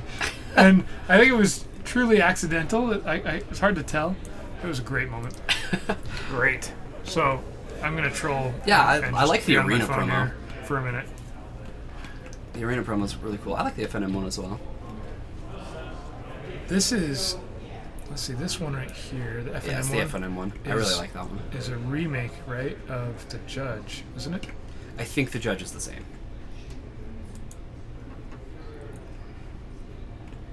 Or was that? It wasn't. Oh, no, so that's the arena one of the promo- arena. Yeah. Because they didn't have judge promos back then. Right. There's only one disenchant. I actually Sage. quite enjoy just having like a beta disenchant. I think that those look really sweet. It makes no sense whatsoever, But I kind of like the cold snap one. It just looks Guys, different. do I have the match for you this round? oh, we have a boy. match. Dredge versus Death and Taxes. Ooh, the all out combo versus the deck that likes to stop the combos. Who knew? Let's Who's Let's on see what actually Death and happens. Taxes? So Paul's going to be on Death and Taxes. We're going to see him back on camera. Because he's like on camera all the time, which is great. And then we're going to have Caleb on Dredge. Well, I mean, if you keep winning, your chances of being on camera again are significantly higher than Who when knew? you lose. Who knew? So Caleb's trying out a variety of decks here in Legacy, isn't I mean, he owns quite a few. And he'll just switch decks up randomly every week, so...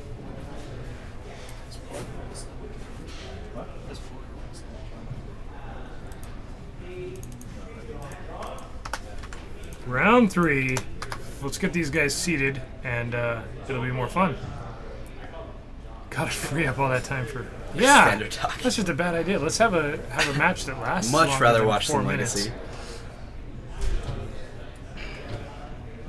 All right, here we go, guys. We've got. I'm switched. Up. Let's do Yeah. it differently than that. Here we go. Get that Mox Opal mat back out there.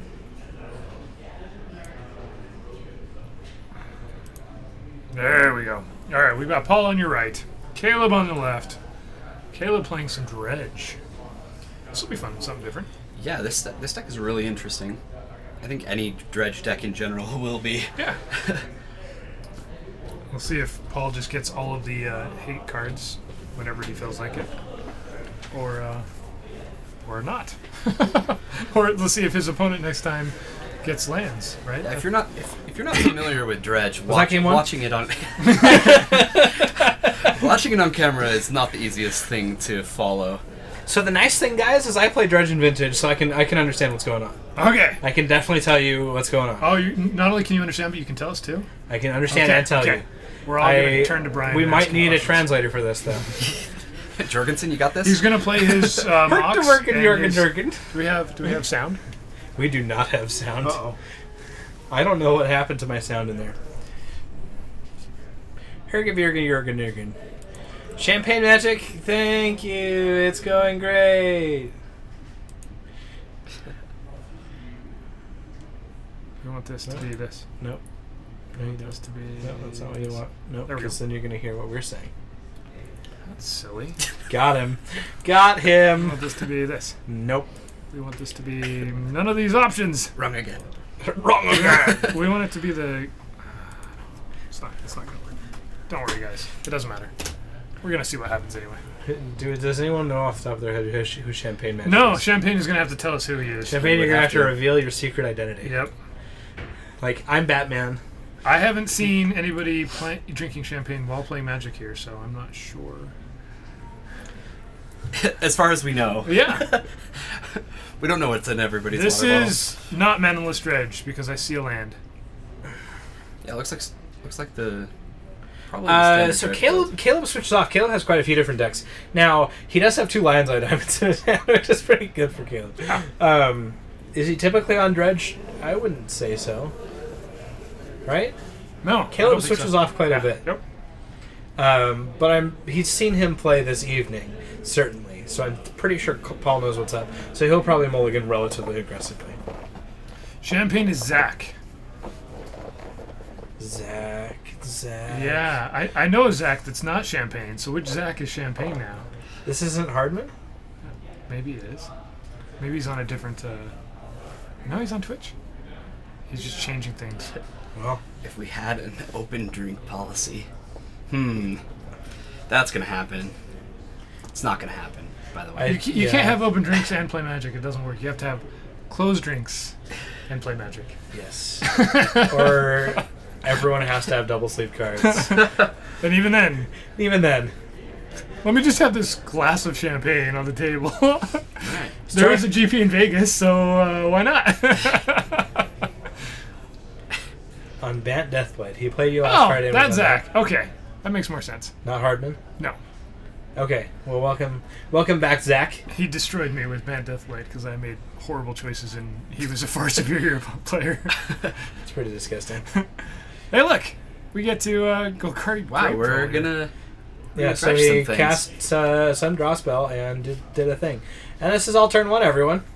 Congratulations. So what Dredge does is you, instead of drawing a card, you put that card in your hand, and you put the number of cards that it says, so Dredge 6 for Golgari Grave Troll and Dredge 5 for Sneakweed Imp, into your graveyard. And the spell that he's cast allows him to draw 3 cards. What is the spell he cast? I don't know off the top of my head. It's a X cost, right? I guess? It's one I had to read it too. Okay, I'm not familiar with that one. Breakthrough. Breakthrough. Thank you, everyone. I don't play Legacy Dredge. You just said you were going to be able to translate for us. Draw 4 cards. So he's put so far a total of 12, 17, 21 cards in his graveyard, and then he discards all the cards. So he chooses X as 0. So he discards all the cards, and now he's going to cast, with the 3 red mana he made off of his Lion's Eye Diamond, a Faithless Looting, which allows him to draw 2 more cards. But in this case, it allows him to draw 12 more cards, essentially, putting him into the graveyard. Woof. Faithless Looting, Yep. put 12 cards in your graveyard. That's what it And says. we see 2 Narcomoebas 2 there. more Narcomoebas, which So those will be Narcomoeba enough. triggers will enter the battlefield. Now he's going to gain 3 more red mana in order to flashback this Faithless Looting once again. Draw 12 more cards. Quote unquote, draw 12 more cards. We're putting 12 cards into the graveyard, Yeah. but this deck, it uses its graveyard. It's Yep, and so now he All it gets the needs. 4th Narcomoeba. And a bridge from below. And is there a bridge from below there? There's finally one. Yeah, there are. Okay. So we're going to Cabal Therapy. Therapy. And he's going to count out the number of bridges. It looks like there's 2 bridges. 3. I see 3 now. 3 bridges. Which, totally fair. So he gets 3 zombies. I do see a Flamekin Zealot. Yep, there's one in there. Now, I'm not sure what he named off this Cabal Therapy, but he probably named Abandon Hope, because what else are you going to name? Revoker, Thalia, Krakus. Those are going to win the game next turn? Nope. No. Well, they're not. if Caleb doesn't win this turn, then something's wrong. That was a very good hand. Yeah, right. So all he needs is to find the Dread Return. All he needs to do is find it. It's in his graveyard. Yeah, it was there. And he then needs to find the Flamekin Zealot. Yeah. It's also there. gotta find that. And so he's going to gain his 12, or his 9 zombies, which Right. puts him to 12 total, And they plus get Flamekin haste. Zealot, and they all have haste. And He's gonna attack. He's going to with attack all. with all of them, and that is game 1. And that was very quickly and smoothly played, right? Like Yeah. he just went right through that thing. Yeah, it's very clear that he's experienced playing it. Put it out on the wall. So I have a close You know, I had the first time I ever saw a card with Dredge, I had such a hard time understanding with Caleb's what on it camera? did. I swear I had like 3 different people explain to me, this is what Dredge does, Right. and I just go, yeah, it's just The not. fact that it's a replacement effect, the fact that a card that says draw 4 cards, you can replace each one of those draws individually, Yes. Yeah. is not intuitive. No, It's not very intuitive. I think somebody had to finally say, Kyer, a Dredge card has to be in your graveyard, and then if you draw a card, you could instead, pull that Dredge card into your hand, Yeah. and mill some cards. So It the is biggest great. downside, though, right, is that Paul now knows everything that's in Caleb's deck. Yes. Well, It doesn't matter at all. yeah, the first time you play against game 1 against Dredge is like 90% game 1. Right. It just is. Yeah. Um, If you're on the play, especially. Yes. And he wasn't even there. He was on the draw. He was on the draw, but his hand was ridiculous. Right. And so like you're 90% on the game 1, and then game 2 and 3 you're like 20% because everyone has hate. Mm-hmm. And if you don't bring hate, then you're just you're just that lonesome bitch that just didn't figure it out and realize that graveyards are a thing in Legacy. Right. It's also weird that Dredge, the downside of Dredge is that you mill lots of cards, right? So a good Dredge card back in the day was like Dredge 1 or 2, and a bad Dredge card was Dredge more. Uh-huh. But it's actually the cards that Dredge more that are the far superior ones, right? right. They're the ones that are needed to be Golgari banned. Grave Troll is far superior. Right. Anytime I'm playing it in Vintage and I see a hand that has Bazaar and a Golgari Grave Troll, I'm like, okay. Yep. Ah, Game 2. I'm good. There we go. And speaking of that, Golgari Grave Troll, it when Modern became a format, they did not include Golgari Grave Troll in Modern. Right. And then later on, they're like, "Hey, maybe it'll be okay now," and they bring it back, and And it then was they okay. print Cathartic Reunion. It was okay for like a minute, and then they printed like and if Neonate they and hadn't, Cathartic, if they hadn't printed those, then it might have been all right. It was a tier No. 2 deck, right? and we had to bend it yeah. from And a then they banned format. it once again. Yep. It was in the format for what, like 6 months? Wasn't it that short? Like it got unbanned, and then like think it was literally the next I think it was a little bit longer, but Okay. but it was like can't have been it more was than a year. unbanned last year, and Mhm. it was just banned again this year, right? yeah. It's Yeah. like 9 months later, we goofed. It Yeah. changed things Oops. dramatically for a little while, yeah. I mean, looking at what it does in a legacy deck, it's pretty clear. Yeah. Oh It yeah. brought 12 cards. Right. Yeah, And- that's and printing them. That's out. another good That's point. true. Amalgam also changed. It really did. Yeah, Amalgam. But also it's pretty changed a lot. silly that the same people that were going, should we unban this card, are knowing what the cards are coming out, right? Like it doesn't take They- that long to go, okay, this card probably, whoa, it would be really good. We're gonna give this deck 3 on-color cards in the next couple sets. But no, we'll unban it. It's fine. See, also Gugari Thug. Sure. Card's still not that expensive. Right. In the scheme of things, honestly, you can build Vintage Dredge. It's one of the cheapest decks for like $3,000. And 2,400 of that is going to be your Bizarro magnets. So when you can build the rest of the like 71 cards out of your Dredge deck for $600, and that includes Dark Depths and everything, like, okay. I'm not sure if Modern Dredge is fun. I don't know if it is. I like it. I think some people really enjoy it. And some people like Storm. It's kind of in the same. It depends. Do you like Storm? sitting down and Or playing Legacy Storm? solitaire? You know? Yeah. If you talk to a Storm player, they're like, I like it when my opponent doesn't get to do anything. Yeah. And they just have to watch me play. And there's that type of magic too. Ooh, this hand is pretty bad. Yeah, not good for the Dredge player. So we saw Cabal Therapy. Once again, he got 2 LEDs, Yeah. but he's got Narc and... 2 Narcomoebas. 2 You don't want Narcomoebas. the Narcomoebas Yeah. in your Yeah. hand. Those are definitely cards. So it's we'll practically a talk about 5-card hand right there. Easy mulligan. Yep. And Paul probably has some white cards and probably 1 or 2 lands. And one of those white cards is probably a Rest in Peace. If he kept his hand, if it was a snap keep, he probably has a He's like, rest nope, of got it. these. Yep. Right.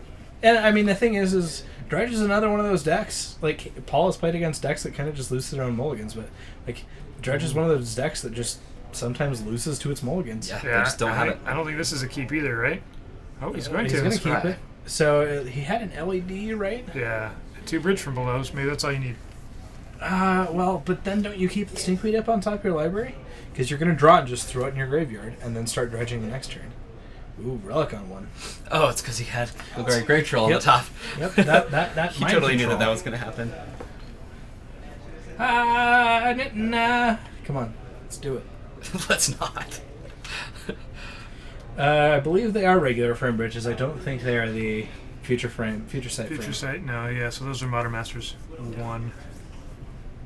Now, Bridge from Below hasn't been printed in a standard set. Or that's like the last time it was printed in a standard, like it was printed in a Future Sight, the Future Sight border. It hasn't been printed as a standard card Right. in the normal border. Right. Correct. So, It's the same with Tarmogoyf. I mean, we are in a zombie block right now. Do you think it comes in Hour of Devastation? Probably not. I would guess no. Why is that? Because it's modern legal currently. Yeah. Then the card's not broken without dredgers. Right. Prized Amalgam exists in the format, Yeah. but I mean, it'd be really interesting, but Prized Amalgam and Haunted Dead and stuff, but it's not like ridiculous. let's put it this way: Wizards, every reprint that they've done in the last, let's say like 3-4 years, none of them I have predicted. Not one. Every time They're it's like I know Theros Thoughtseize. You're like, you're like, okay. oh, all right. All right, we got to see Paul's hand here. And He's this one, got even a Mind path, Sensor, I a wouldn't prelate, have thought a that. recruiter of the guard, and Wasteland. What did he name? Do we know? We don't. We don't know. He named not one of those cards. Not one of them. I would have. Well, I don't know what I would have named there. So Paul's got a Relic of Progenitus. That's pretty effective. Yeah, that's brutal. Yeah. So Caleb needs to figure out a way to get rid of this Relic of Progenitus so that he can pitch his hand at his graveyard and Yeah. start drawing cards, right? He almost has to go off twice, right? He has to go Yes. off once, have it removed, and then do it again. Yeah. Which the deck can do. But I don't think that with Caleb's opening hand, he's set to do something like that. Right. Those the land got wastelanded, and We should probably update the round score. oh, if you want to, probably should. I mean, this game's much slower than the previous one. All right, round 3, first match went to Paul Caleb. actually gets to play Magic. Yeah, he it's on turn 3 here. No, turn 5. Well, it looks like this game is shaping up to go to a game 3, which is good for us here. As we Not- get to not show nearly you as- some more Magic. Yeah. Halimar Depths and a Lion's Eye Diamond. The Depths comes into play tapped, doesn't it? Is that a Depths? I don't think that's Must be a different card. It's a From the Vault land. It's a, do you know which one that is? What's that? Maybe if I look at it sideways, it'll become more clear. Coliseum. Coliseum. Cephalid Coliseum? Yeah. They play one of that, right? Yeah, there you go. Cephalid Coliseum. Oh, somebody named it. Yeah. You cheaters. Cheaters. Gotta give us a chance to figure it I out thought before you it just clicked. Yeah, I was close. There it is. Even the From the Vault art. Which Every makes player no draws 3 sense. cards and discards 3 cards. Seems pretty good for Dredge. So Paul has a tapped Relic of Progenitus and no untapped lands right now. Yep. He left a window. Yeah, What did he really did. The Sanctum Prelate is at... 1. Okay, so no Cabal therapies. And no Faithless Looting, right? These are boxes. Can you flash back when it's on 1? No. No. It can't be cast. It can't be cast. I'm gonna go tell him things. So it doesn't counter it. Yeah, he's going back. Yeah, they got it, Brian. So Caleb here is trying to find something, sees that he can't do it because of that prelate on 1, Right. and knowing that Paul's just going to exile his graveyard next turn, decides just to scoop him up and go to game 3. Where Absolutely. He has a much better chance with seeing 2 more possible hands being on the play. Yeah, I mean, Caleb needs to be on on the play for this next game. I mean, with all the hate coming in from Paul, being on the play for game 3 is going to really help him out.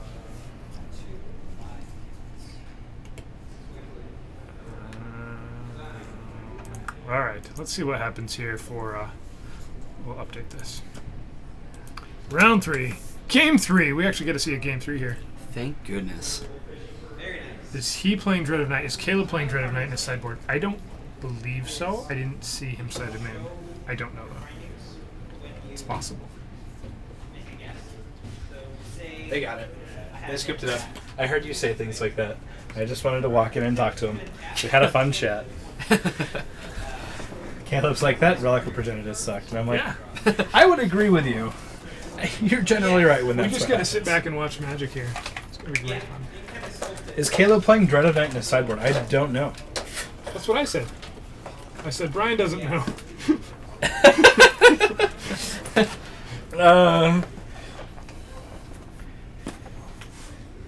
Oh my goodness.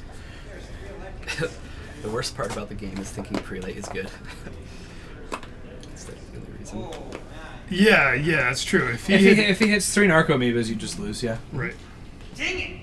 But, Here we go. We're gonna faithlessly loot. yep. There's 2 bridges in the yard. There's a Narco Amoeba. Yeah, we are off to the races. And an imp. And And there's Narco Amoeba number 2. Okay, we're on the way. From misery to he happiness. can therapy. Do you therapy here? Naming. I think you therapy and you name, the relic. yeah, you name Relic of Progenitus. And there's not another Cabal therapy there, right? I mean, that's what you want, but he still No. bridges. Did he name Relic? There is a So rest. there in is a peace. rest in peace. So But he knows about it, and there's nothing else. So basically, what Caleb wants to see is either an LED or a Cabal therapy come up off his dredge. all right. So just to be clear, those cards that are up top, that's his graveyard. The cards that are right in front of him is cards actually in play.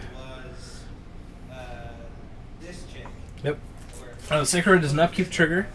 He goes upkeep, bring Icarus into play. There's an Archamoeba that pops up from this. Yep, we got There's a Dread return. Another Cabal therapy, so he can therapy out that rest in peace. Yep. Yeah. So therapy out the rest piece, get 2 more zombies. And yeah, Paul's like, yep, you got rest in peace. Good job. Good work. What was the other card he drew? So here it is, turn 2, and he's got a total of what? Icarid's a 3/1, right? Yep, Icarus is a 3/1. So he's attacking for 8. 8 total. And when Icarus sacrifices at the end of the turn, he gets 2 more. And now Paul's like, okay, I guess I lose to Dredge. Yeah, if I had looking like even it. rest in peace wouldn't really matter here. Wouldn't be enough. It'd be enough to stop things from happening, but he'd be attacking for way too much. Yeah. 11 damage next turn. And Icarus, right? I've got a 2-drop. Ha! Take that. First strike. Yep. One of your things is going to die. Yep, Icarus comes back, he draws his card, and Paul Skips picks it up. When you've got that many tutus, like some guy, I played against an Oath deck in Dredge, or in Vintage. I played the Vintage Challenge this weekend, took second after Swiss. Not bad. So I went to the top 8 and I lost to a person that I beat because I mulliganed myself into Oblivion, which happens. One time in the tournament, I had to mulligan into Oblivion, and it was against, in the top 8, whatever. But I played against an Oath deck, and he oaths into his Emrakul, and I'm like, that's cool. Dredge out 1,000,000 guys. They all have haste. Bring an Elishnorn into play. Swing for 64. Yeah, what is it about zombies being able to be the only thing that can actually beat Emrakuls? I mean, aside from squirrels, you guys... Everyone knows that. Yeah, obviously. Paul's out here from a cold snap. It involves exiling 2 white cards from his hand. Sunscour. Oh, There you go. That's an out. Oh my goodness. That's a It's a sorcery Great speed out. trade. Now he has to be playing Leyline of Anticipation and Sunscour. So Wins all you the need to game. do is think of outs that are absolutely not played and definitely not in his deck. His only out here is 1 card out of the 64,000 cards Magic has printed, right? just one in that many. 'Cause you can do it. Obviously incorrect for that player. Why not is to he have it in not his playing deck. Commandeer? Jeez. This card from Portal 3 Kingdom that... that everybody forgot existed because it has horsemanship. exiles the graveyard and destroys everything in play. That's all we need. And I it has like Flash. I like it. Yeah. It costs 2 white mana. Good choice. Good choice. I like it. All right, so we had another round that went pretty quickly. Should we play a game on camera real quick? Who do we want to have play on camera? Which one of us and the other, or which 2 of us and the other one cast? Choices. I will cast you guys. Okay. Playing. Let's go play some Magic. All right, let's play. We will show you guys how not to do things. Yeah, right. So we'll be right back with round 3.5. We'll call it. I've got Delver. What are you playing? I got Jund. Jund. We're gonna see some Jund. That'll be great. Let's go play some Magic. Let's do it.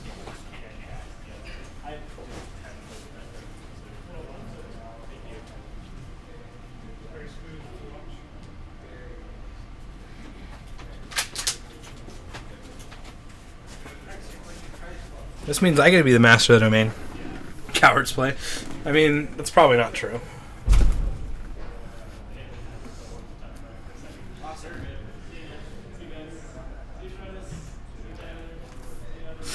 So yeah, punishing Jund versus some Delver concoction.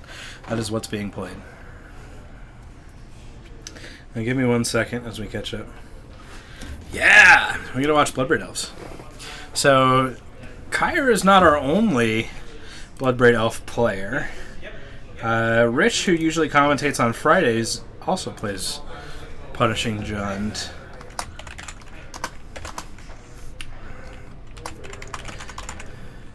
Punishing Jund.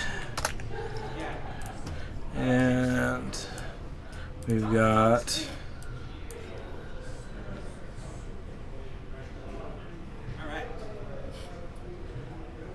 Where is my... Sorry. And this is... Bryce. What are you on, Bryce? Show me your secrets. Grixis Delver.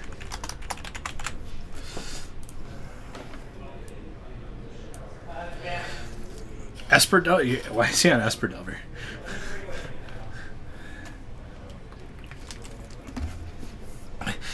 I'm pretty sure he's not gonna. He's not bringing food chains. I'm gonna say Grixis Delver until he shows me otherwise. Did you say Esper Delver before we walked back, Jace player? Is that what happened?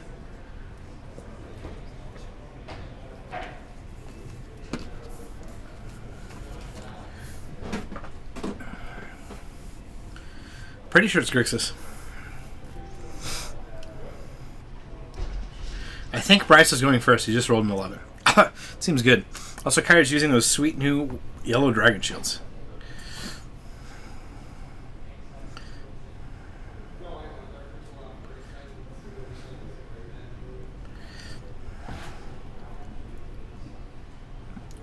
And Kyer's got two Bobfidants, 2 lands.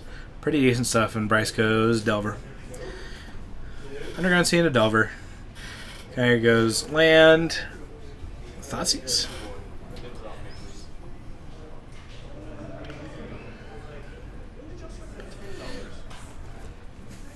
Naya Delver. We are getting 25mm dice, and we're also getting Tarmo dice, so that's a thing. Thoughtseize sees double Force of Will, Fatal Push, Spell Pierce, second land. So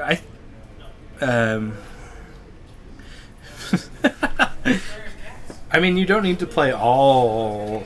You can play Steam Vents. No. We are creating all metal Tarmogoyf dice. We're working with Die Hard Dice, who's a guy out of Lehigh, to create all metal dice. So we'll have some pretty sweet Tarmo dice. Okay, we are all cat scientists.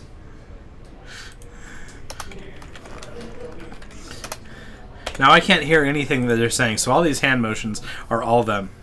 We will be selling them. They'll be going online. We're finishing up some of the final prototyping this week, and we should have prints in the middle of June. So we probably will have something by, maybe not in time to ship to you by Vegas, but we might have some that we'll bring to Vegas. So if you find me, or if you send our page a message, I can set something up and I can get you some of these Tarmo dice. We will be getting, so the Tarmogoyf dice are going to be 25mm metal dice, and then we'll have 25mm D6s and D10s, I believe. Yes, we're going to be getting 25mm metal dice because life's hard, and it's nice when you're very good friends with a creator. If you're not going to Vegas, we should be able to ship you some. I think you're right. Shuffling off Stifle, because the best thing you're going to be able to do is stop one Punishing Fire activation. They will be numeral D6s. The D10, the D6, and the Tarmo dice will all be numeral, not pipped.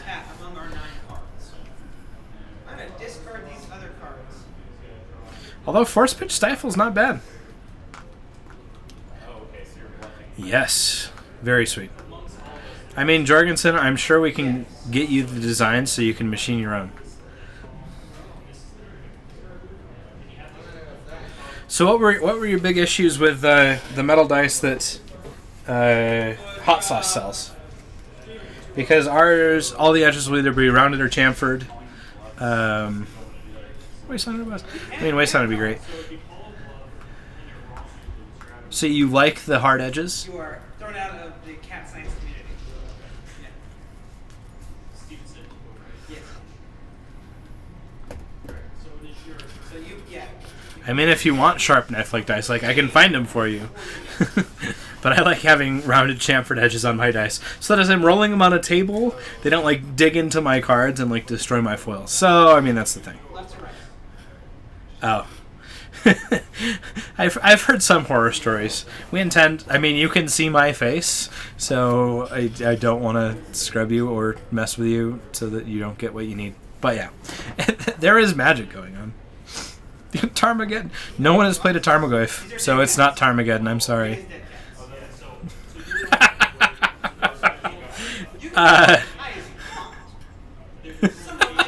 I mean, that's one way to do it. We do have some D4s that would be very dangerous. Not intentionally sharpened, but they're not sharp. Now it's all even 16-16. I have a D20 to show you. That's a spin down D20 with like caltrop edges. It's pretty rough. Anyways, Bryce goes to cast his Delver of Secrets. I mean, he can essentially hardcast his Force of Wills. He reveals a punishing fire to his Bob. Oh no, this Delver's not long for this world. Yes. We had 2 of them. Here. Oh, I see. You don't want them to be dangerous with the implication. I understand. Narrows it down to the winner. Anyways, Yeah. So I'm out. how much will we be selling them for? My cat's a physicist. That would be so funny if you pitched a card to it. For an opportunity to him to say, oh, there's like. Hey, we're going to be working with Character Crates, which is doing great dice boxes with tops to roll your dice in. They're also they're basically built for die-hard dice, metal dice, and things like that. And they're going to be out of. They're also produced out here, but you can get whatever you want, CNC cut or lasered into the top. So if you want a radioactive sign, that'll work. As far as price for an individual Tarmo dice, I think it's right around that, $7.50 or $8. We don't have full numbers on our pricing because we haven't actually produced them yet. We're just in the prototyping phase, but I'll let you. We'll make sure that everyone on this stream knows about our Magic player set. Yeah. So it changed. Yeah, Delvers aren't long for this world against a Jund deck. Excuse me. I think we'll only have one color printing at the beginning, but we'll probably start having more color choices over time. If you want to check out the color choices that we have right now, or with the people that we work with, go to dieharddice.com. I'll put a link in the chat. And there's a lot of sweet colors that we can do. I think initially it's just going to be raw metal and blue or red.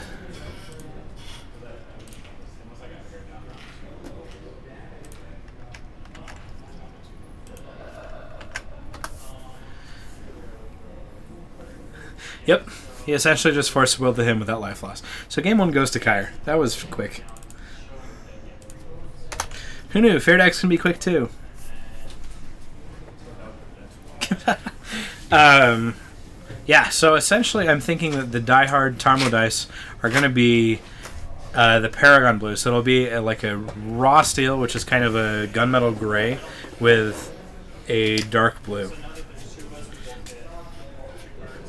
That's what I'm looking for, at least. Cool. Is this really a blue card? Yeah. Tarmogoyf is the greatest team in a blue card. Oh, yeah. How's everyone doing tonight?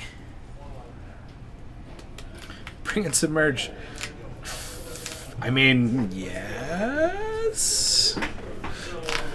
Submerge is fine. It's not incredible.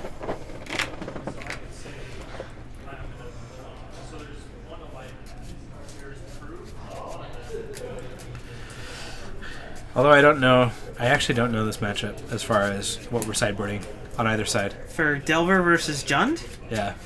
Jund's probably just bringing... I mean, Jund is all removal, right? Yeah. So, I feel like Jund has a pretty good matchup against Delver because... Look at the cards he's pulling out. You've got... There's Library? a Sylvan Library that went out. I don't think you pull out Sylvan Library. Right? It feels like you want to have all the card draw to keep... as much removal in your hand for their threats. Joe554, as soon as we have more numbers, we'll be posting it and letting you guys know on stream. They'll be on our website, on our Facebook. But until I've got more information, I'm not sure how to get them to you. Otherwise, you'll either place an order through our website or send us a message, and we'll make sure to get you taken care of. Yeah, hopefully we can have it all figured out by Vegas. We can meet up with you. Is there anything in stock for Die Hard? The only set of metal Die Hard dice.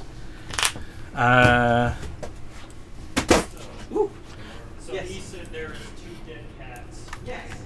So I can go ahead cats.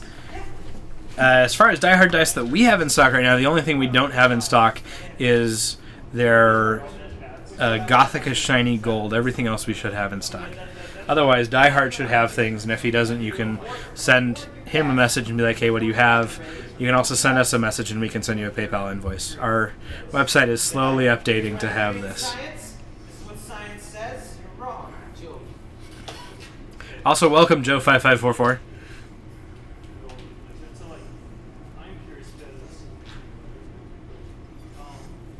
I know, Tarmo Dice.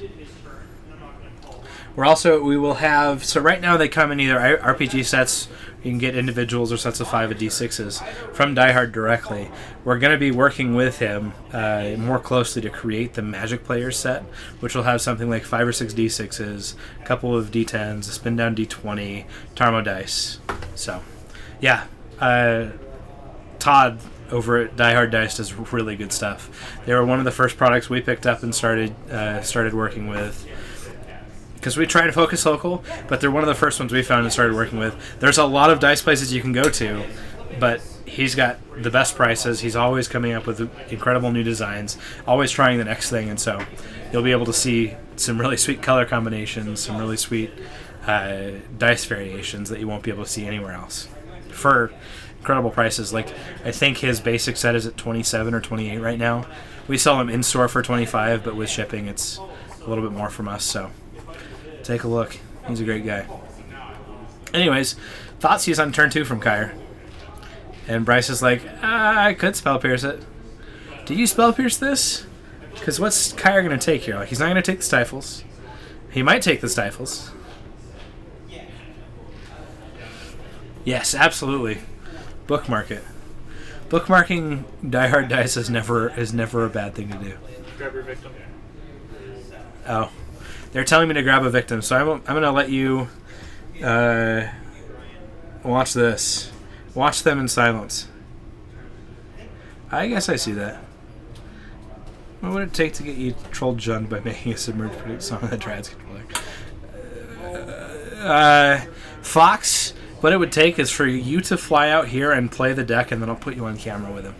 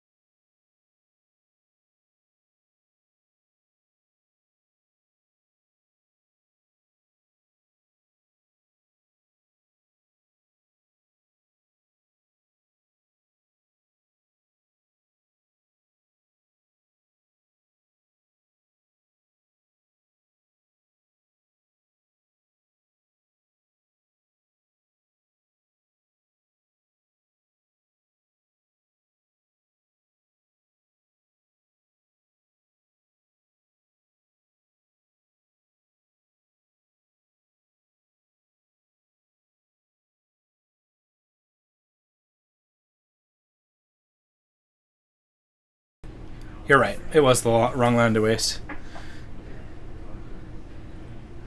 Always the wrong land. I didn't see it. I'm sorry. Anyways, we're going to have some sweet decks on camera. We're going to have Black-Red Grindstone, Black-Red Painter, and then we're going to have Steven on, I believe, Grixis Delver. So it'll be sweet. Honestly, I would love for everyone to be able to purchase and pick them up at the GP. I'm working with Todd right now. I mean, we've been emailing back and forth. We have a final design. He's just waiting to decide, waiting to get a prototype back, and then as soon as we have a prototype, we'll start producing.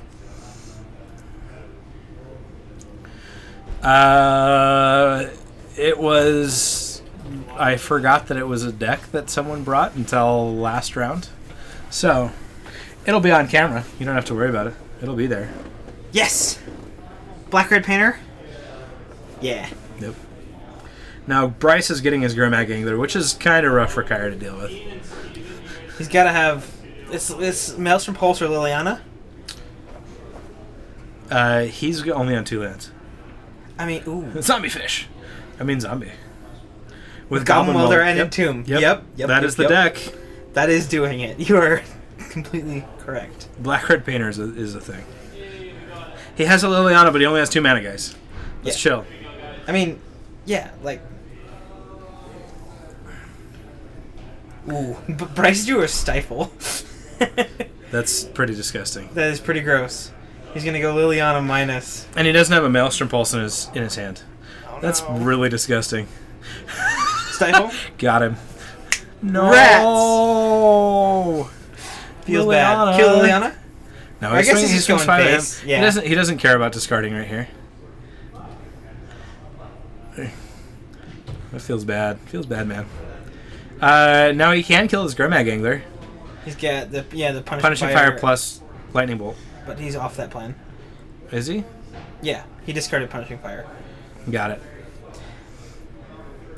Because he wants to keep the Pyroblast to stop a turn of Nemesis or something that he hasn't seen but that he wants to get. He's like, no, you can't have these things. Yeah, if he's gonna minus his Liliana to take care of the Angler. Goyf is only He a doesn't want another 4/5.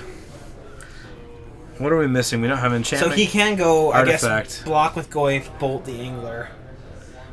That's another answer. Yeah. Bryce has 3 lands, though. Is block and bolt what you want to be doing? No, Bryce doesn't have a turn of Nemesis. I saw wrong. I thought that was a stifle. 4/6/12 payout, right? 3/6/12, but I mean, 3/6/12. yeah. I didn't tell. I was just making sure. Jace player, do you know if PayPal credit is accepted when ordering the dice? Do we have a PayPal account set up for We that? do have a PayPal account. So Okay. if we invoice you through PayPal, then sure, you can. Yeah. I mean, however you're going to pay with PayPal, we're going to get paid. So Yeah. if you do mess with us, we will mess with you hard. No, yeah, it should be accepted just fine. And Bryce showing another fish. That's pretty disgusting. It ends Yeah. 1-1, and they are done. And they are done because gonna- we have our next round. We're gonna get round 4 up on camera here momentarily. You know, they're scooting out. Perfect. They are scooting out. Perfect. And what side is... I don't know. I'll figure it out in a sec. Ian. We are Painter. And Steven. All you gotta do is find Steve's sweet mat that he always flaunts. And you'll know that's the side. This is the last round. Yeah, round 4 will Yeah. be the last round. Yeah. Well, I mean, round 1 and 2 were kind of slow, and round 3 was like 30 minutes. We're done. Yeah. So That was really quick. I mean, kind of. It's already it's 9:30. Like the tournament's gonna end right around 10:30, which is what we expect. Sure. Start at 7, end at 10:30. Like 3.5 hours isn't terrible. That's how I buy my foil cards, magic, and all magic stuff. PayPal. Yeah. Welcome back to the booth, gentlemen. Conclusion of that crud match after round 4. Patrick, what are you doing in my seat? Stealing it. Guys, they want the conclusion of your grudge match after round 4. You were gonna do that anyway. They want to know. They want to know. I think it's pretty clear that he won that game. I think I would Yeah. have It's Double 1-1. fish. if I hadn't been silly there. That at the stifle was pretty. That's I had another one in hand for the next. Oh, guys, I can't tell you how many times I've had. no. Can't tell you how many times I've tried to Liliana an angler, and every time they're just like Nah. stifle. I'm like, doesn't feel great. Nah. Yeah. All right. Enjoy the last round, guys. It might be your exhaustion, but sometimes it's gone as far as 11, 11:15. I know Kyer and I after last Tuesday we hung out until midnight. Bryce was here until probably 11:30. We were playing some interesting, fun new games. is Yeah. what we were doing. Oops, my bad.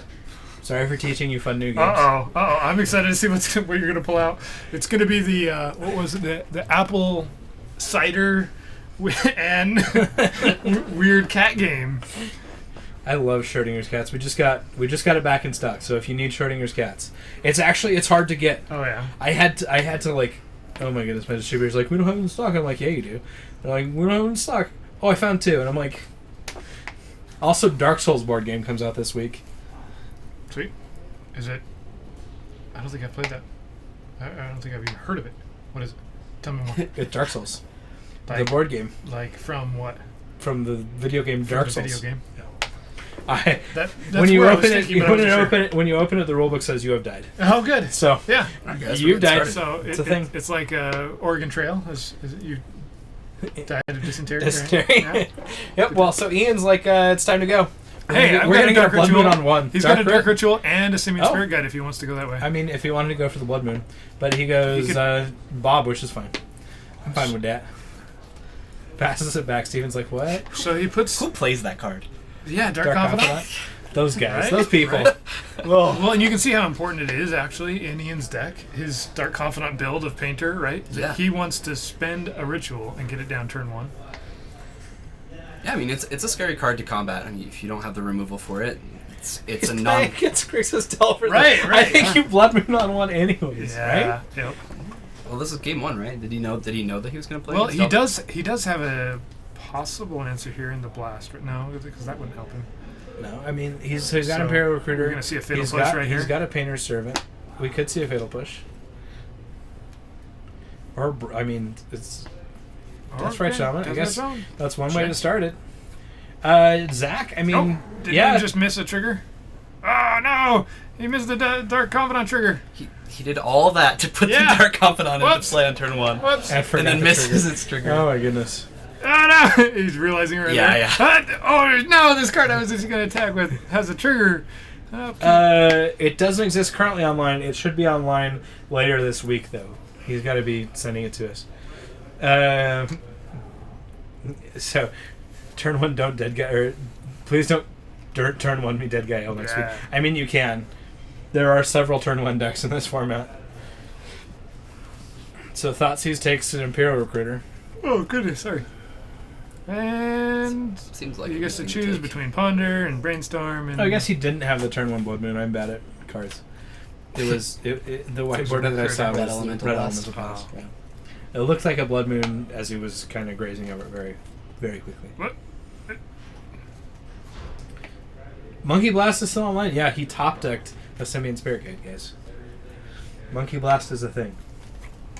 Monkey Blast. I mean, black white dead guy hell without not going Esper, losing Brainstorm and Force of Will feels really bad. That it does. But if you don't have Underground Season Force of Wills, like I understand. Steven gets all the cards. He gets to look at 6 cards this turn. That's fair. Yeah, well, I mean, Ian can literally counter and/or destroy anything that he would like. There's a Dark Confidant trigger. There's a Goblin Welder. Goblin Welder. There we go. Life's hard. It's actually not. It's not actually going to help him on this board state right here, right? Yeah, Not- not too I guess Smuggler's Copter instead of Brainstorm is totally. Yeah, those are equal power level cards. Totally. They had to ban one of them. I mean, they restricted the other one, so yeah. They're asking him to vindicate the swamp. I don't think so.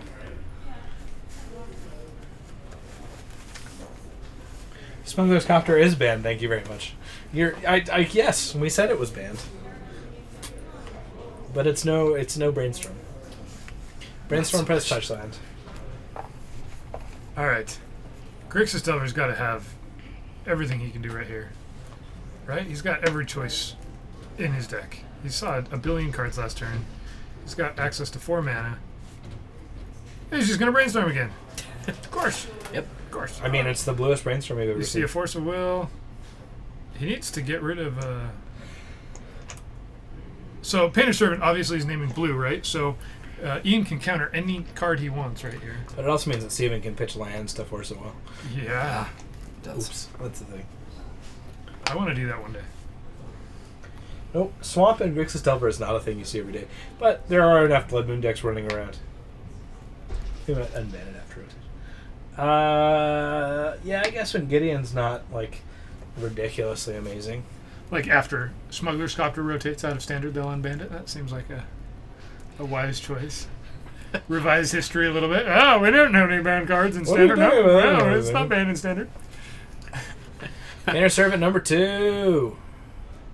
Taps 2 mana. Counterspell. Counterspell. Like a man. Like a man. Monkey Blast! Nope. Nope, not doing it. Thought about it. No, don't want to do it. I want to save it for my Chandra as soon as I draw land. Hey, speaking of arm tattoos, we have a guy with an arm tattoo this round. Do inner arm tattoos count? Yeah. That's what we're asking for. It's on the inside. Is what we were asking for. I didn't ask for it. No, Death Shaman plus Swamp Blood Moon's not incredible. Back before me. This was like Grixis Oyster. I'm kind of surprised that Ian's been able to do all of this, right? Like, he's seen no removal, just a whole bunch of cantrips. Yeah, I mean, he's still very in this game.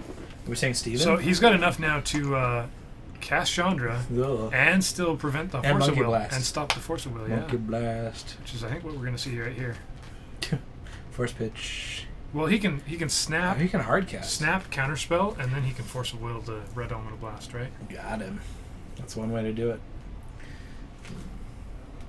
What does this Snapcaster card do? It's such an obscure card that I've never seen. Wait a minute. He knows what it does. Yep. I mean, top painter stone's a thing.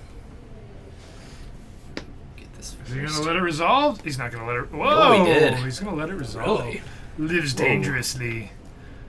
I guess he's more concerned about the grindstone. Oh! Oh, he just exiles But it. it went in the graveyard. No, it's exiled. Exiles. Oh! It's exiled to Chandra! Chandra, what the... That's not how Chandra's supposed to work.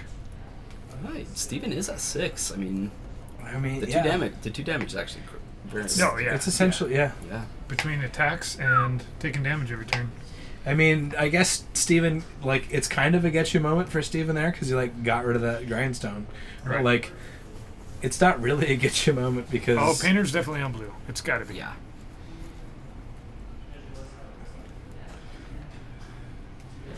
Yeah. Okay, Bob to Bob. Just the fact that that Bob has lived this long, I'm surprised. Yeah. Honestly, me too. It's drawn him so much. Oh. Well, the fun thing is Ian can switch painter for painter. Yeah. Which he should do a few times. I Just think that's because. hilarious. Is there an engineered explosives there? Swing 3. Now he exiled the land off that. Bloodstained Mire. Yep. Puts Steven to 1. And we pass See, it back. I think I would have wastelanded his Ancient Tomb back there. I think so too. Just two. Like, I don't know that it's going to matter, but Well, I think you do it to get rid of you get rid of the grindstone coming in and doing yeah. Yep. Or a potential another Chandra that could have come down right there. it. Yeah, I mean, yeah, I like doing something like that. I don't Waste- think Ian's running more than 2 Chandra though, so I'm not sure we'll see another right, one. Right. But still, that Wasteland's not really doing much for Steven right now. I guess he could hard cast Force, but he would have been able to do that anyway. I mean, I see 4 mana spells, Tomb and Bob in the same deck. Do you really need to present a win con? I think you're right. There doesn't need Oh, to be. look a at win that. con. Turn 1, Dark Confidant. It's all right. Yeah. And as it turns out, when you resolve Chandra, she deals some damage. Who knew? Yeah. By the way, do you have any Chandras? We actually do. We just got some in stock. Sweet. Yeah. Gotta play him in Legacy. Yeah. I mean, they're decent. It's almost like Jace. It's nice to have a Planeswalker that you actually want to play, right? Where you're going, I'm going to play red, but all of these Planeswalkers are horrible. I'm not touching any of them. I guess Dak Faden sees They're all a little named bit of Chandra. play in Legacy. In Vintage. I hear Liliana's pretty good. That red Planeswalker? Such a good red Planeswalker. I play it in all my red decks. I guess Sarkhan Vol's not terrible, but at 5 mana, it's not incredible. No. Like, Koth was never a thing in Legacy. Right. No, not in Legacy. It seems to play in Modern, though. Just Yeah. Dak Faden, right? Yeah. Dak Faden's seen a little bit of play in Legacy. In Legacy, it's it has. it's a relatively regular player in Vintage. Yeah. Right. Red or Johnny's decent. It's not an all-red Planeswalker, though. Right. Well, that's what we're having to do. We're having to go outside of red Yeah. to find a card that is worth playing. The old Blightsteel check. Oh, man. What does Kothsea play in Legacy? I don't think I've seen a Koth in I Legacy guess before. you can play it in red Stompy decks. Yeah, Koth is in Modern, Yeah. for sure. This red deck loves that card. Yeah. Yeah, some of the red Stompy decks. Okay. I'm not crazy. Crazy Kyer was crazy once. Kyer was. Nope, no sliver decks. Nope. Nope. Uh-uh. New Chandra is just better. Than Koth, absolutely. Yeah. She's definitely the best mono red Planeswalker. That's yep. Literally red Jace. No, not a red Jace. She's not comparable to Jace, but I think for the color red, she is Red's Jace. Right. Yeah. Yeah. If okay, So so people were pre-ordering her above like $25. Right, You're right, like, I couldn't believe it. no. if they had printed Chandra in World Wake alongside Jace, she would have been more broken. How about that? Yeah. So Lovely. she's she's what Jace should have been, Yeah. the power level, right? Oh, absolutely. Because she's not broken. She's good. She's got 4 options, choices. Oh, don't get me started on Tybalt. Best red planeswalker. Yeah. Number 1 best. It's I have has the best mana cost. I have the best Tybalt stories. Uh-oh. You guys don't even want to know. Now you have to share, though, because you brought it up. Yeah. All right, so I had this friend. His name was Tybalt? His name was not Tybalt. Me and Tybalt became friends later. Okay. He hates, like, when it was in Standard, he hated Tybalt so much. And I would always tease him, and I'm like, no, Tybalt is a good card. And then everybody would bust up laughing, including me, and then, but he got, like, really, kind of upset about Tybalt being a good card. That's not something okay with him. So I told him that next week at F&M, I'm building a Standard deck, and I'm going to have 4 Tybalts in it, and I'm going to beat him. And he goes, dude, whatever, like, you do your thing. So I brought this, like, Mardu, I don't know, it was like a Death Baron, Okay. like, I think it even had, like, Boros Reckoner and some other things like that, but it had 4 Tybalts in it. And in Game 3, I was losing, and I had Tybalt, and he had been plussing forever and getting rid of all my good spells. And he had Death Baron against my Mardu deck, and I couldn't beat it. And he had multiple creatures on the board, so what I did was I played my Liliana of the Veil, and I insurrectioned, so I ulted Tybalt, and I gained control of all his things, attacked with them, and then sacked I targeted myself with the Liliana and sacked the Death Baron, and I actually ended up winning Game 3 because of it. And I don't know that I've ever experienced a friend of mine be so upset about a loss. I don't usually like make bets like that with friends anymore because I'd rather them not feel like garbage. But yeah, so Tybalt's been a good buddy of mine ever since. He can win games, but he also will make you discard all your good cards. Just warning. They'll hit the good card every time. That was a Tybalt story. Yeah. It's probably one of my favorite Magic stories to tell. Tybalt Blessman. Don't ask about your friends with Tybalt. Right? That's what not to do with Tybalt. It's one way, right?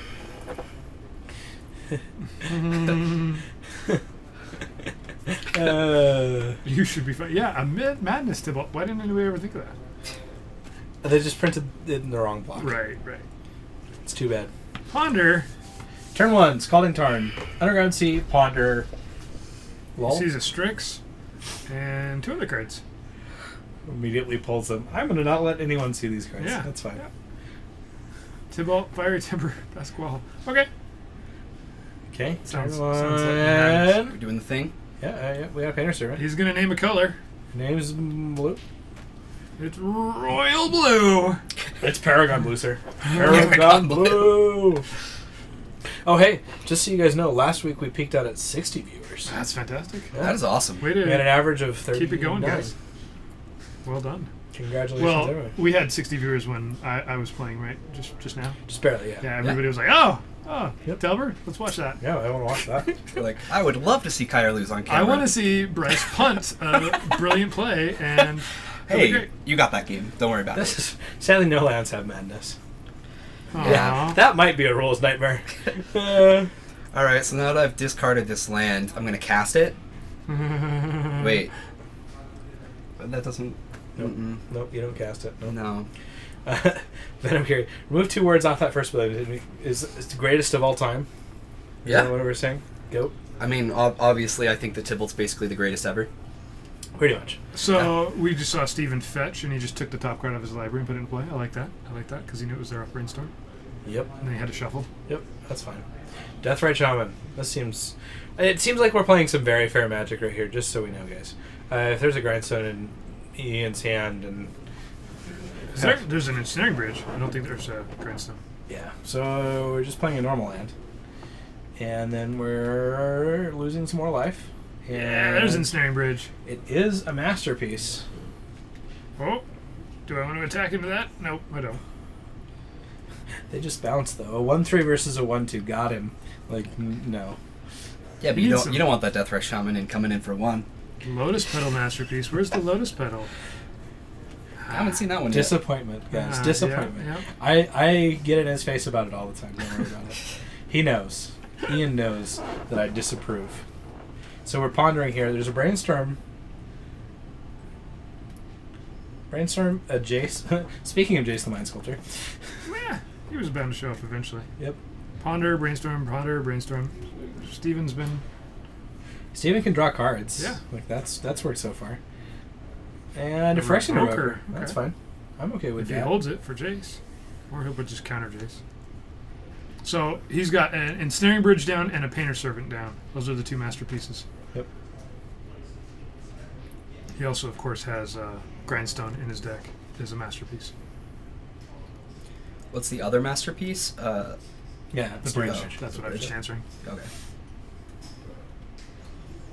Yeah, Ensnaring Like, Bridge what, is there a third one? can just shut some decks down, right? Yeah, absolutely. Especially if you're not really... I mean, Playing around. if you're dumping your hand like the way that Ian's kind of going, he's not quite there, but he's definitely getting rid of a lot of the cards in his hand.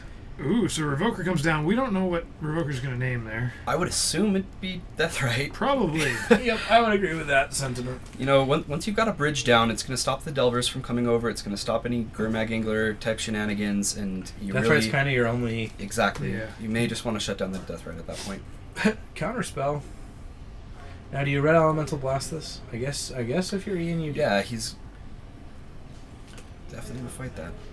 Well, I mean, we know that Steven has the 4th land. We know that he'll be able to play this Jace, but that he put right on top, and a True Name Nemesis. Life's hard. But True Name Nemesis can't swing through the... So it probably is going to be the Jace that's just going to try and do work. Yeah, Champagne, I think that he boards into the more mid-rangey cards. Ian's going, why did I use that blast? Mm-hmm. Probably. And why did I name Shaman? Mm-hmm. Well, exactly, right? Mhm. We knew that Jace was coming down. Otherwise, it was a perfect play. Right.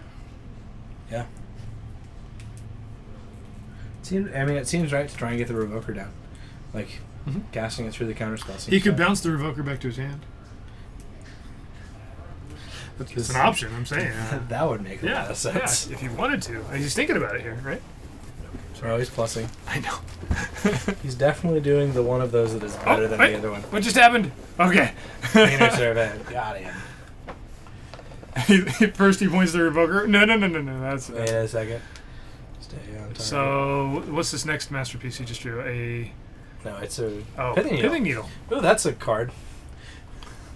I think that's the good one to get here. What do you name here? This is a challenge. I'm not sure. Oh, wait. Yeah. That's easy. And so Steven's cards are kind of turned off. Have we seen a Delver yet? We haven't seen a Delver. No. Maybe this is a Delverless Delver. I'm pretty sure Steve's not playing Sultai Control. Have we seen red? Have we seen like a lightning bolt or anything either? He's got some green. There's a True Name Nemesis. Nemesis. Yeah, we haven't seen red either. But there's he's a got Scalding Scalding card. Turn, but you can put any blue fetch in. He's got... Fox is like, this is check pile. It's definitely check. I don't know. They named Jace or Jason Rage? I know! Found it. It's a grindstone. Power Activate. Activate. It costs 3 mana, so... Got Wow. Well, that's how it goes. Time for your guys' grudge match right there. We had 4 really quick rounds of Legacy on this Tuesday. That's incredible. Grudge match! Painter, he actually lost a match, so he's 3-1, and so is Steven. Yeah. So did we have No an one undefeated defeated. today? No No one undefeated. defeated. I'm gonna bring our friend Pat back in. Tell him to make fun of me a little bit. Okay. You guys have All to right. finish this game I'll off. play for reals now. What? I thought the deal was I was supposed to win. Oh. Well, I was goofing around a little bit Oh. there. Just at the end, but we were trying to finish it up. Grudge match! Okay, everyone, I'm back. I think we kept our sideboards, by the way. Okay. Also, Steven did have red cards, just so you guys know. Check pile. Well, whatever. Check pile. We're going back to the match that we all care about. The Kyer on Punishing Jund versus Bryce on... I believe it's still Grixis Delver. I'm not going to change my mind on that one.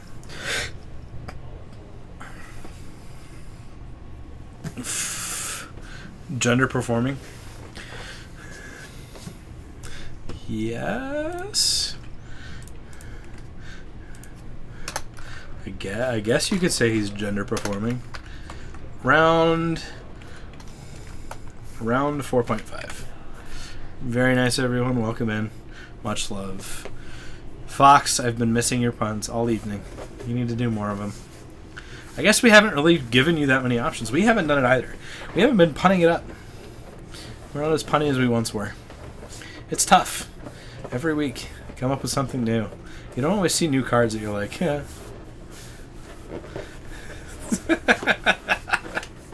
Sure. I guess the pun quota has been met. Whatever Jerlo says. So, they said they believe they cut their sideboards. They might be making a couple additional changes, but it looks like we'll be shuffling up and getting into this.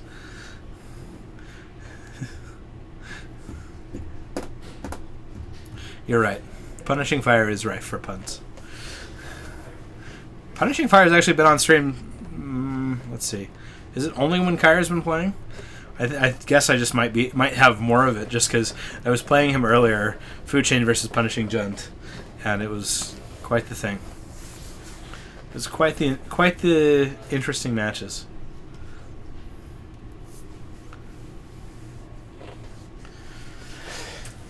Let's get some gender size on. Gender size.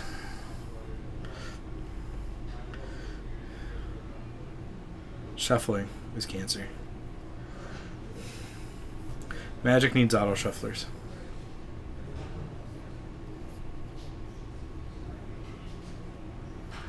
Come together right now over me. This face is for you, Champagne. Let's know. But I guess you're right. We should delve into some good ones. Yeah, the MTGO auto shufflers. Ugh. Not that I've been playing with it very much recently. Except I have. Not a fan. Not a fan. Okay, guys. Pile shuffling is literally the worst thing.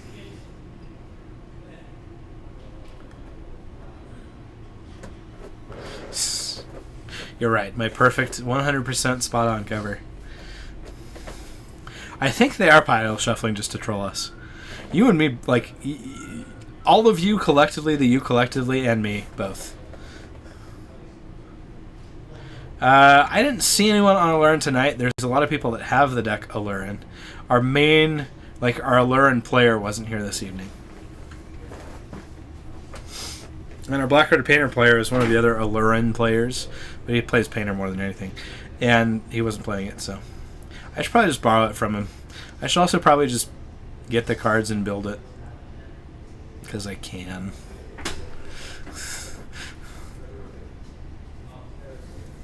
It was sweet. I'll make sure to get a deck list up on our page so that everyone can see it. We had someone bring new miracles on Friday night, and it should be, if you go back and watch the stream, it was either Friday or Tuesday.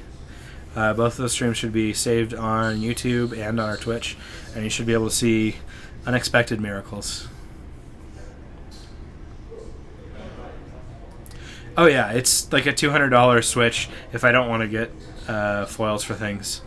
Like, and most of it's in the Allurins. Like, I spend about $100 on my Allurins. You know, 80, 100 on Allurins, and then the rest is just random comments. I love Allurin. Deck's sweet. I just like having a better a faster combo. Was Raymond on stream? Yeah. Yep, I believe Raymond was on stream. It was either, like I said, it was either Monday or, Tuesday or Friday of last week. So go back and catch either of those streams, and you should be able to see Unexpected Miracles being cast. So Kyer punishing Jund. Well, Bryce is like Stifle Wasteland, so he's already gotten rid of 2 cards. And we'll see Badlands, Red Elemental Blast on this Delver of Secrets, which means that if Bryce has a Daze, things are going to happen. Red Elemental Blast. Red Elemental Blast.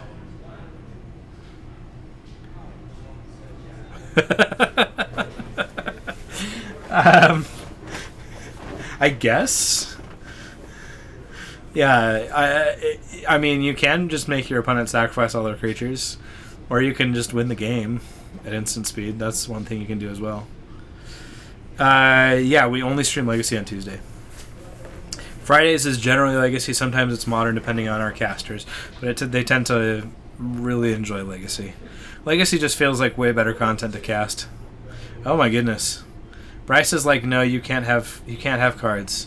Kyer's like, but I want cards, and he's just gonna wasteland the Underground Sea, and so now it's going to the Delver that gets flipped by a Spell Pierce, and I think that's how this is just gonna go. Hey, look, we got a fetch land. There's quite a few Modern streams. There's not enough of this live Legacy content. The next thing we got to start doing is streaming Paper Vintage on a regular basis, because that's going to happen. I'm on my way to Vintage Dredge. In the scheme of things, right? Fetch by you, no fear. We've seen 2 Wastelands out of Bryce's deck, and he goes back for 3. He saw a blue card. Badlands is pretty solid. I think what you do here, Collective Brutality makes a ton of sense. Right?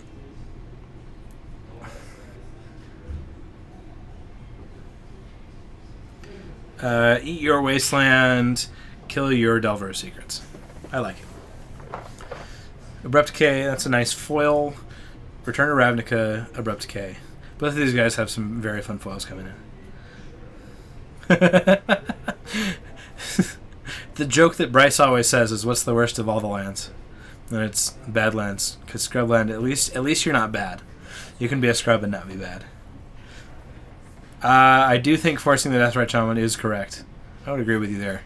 Although forcing the Bob Fidant is certainly good. This is not the Bob Fidant, but the Dark Confidant.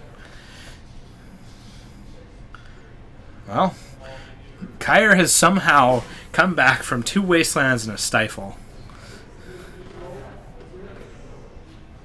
Yeah, you lose quite a bit with having this Deathrite Shaman on the board. It's just going to create mana, every additional mana, and when you don't have anything, and the best you can hope for is kind of like a Gurmag Angler or something. Neither of them are drawing lands, and Kyer, Game 3, is flooding out, which has been very good. You're right. Yep. Taiga is worse than OG Ravnica Russian foil.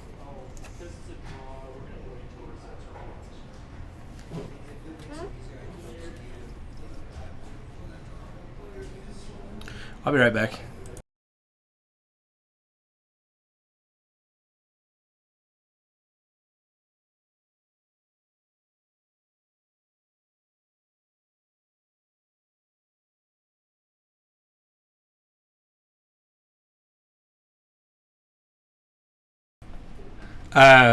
Yes, he actually plays.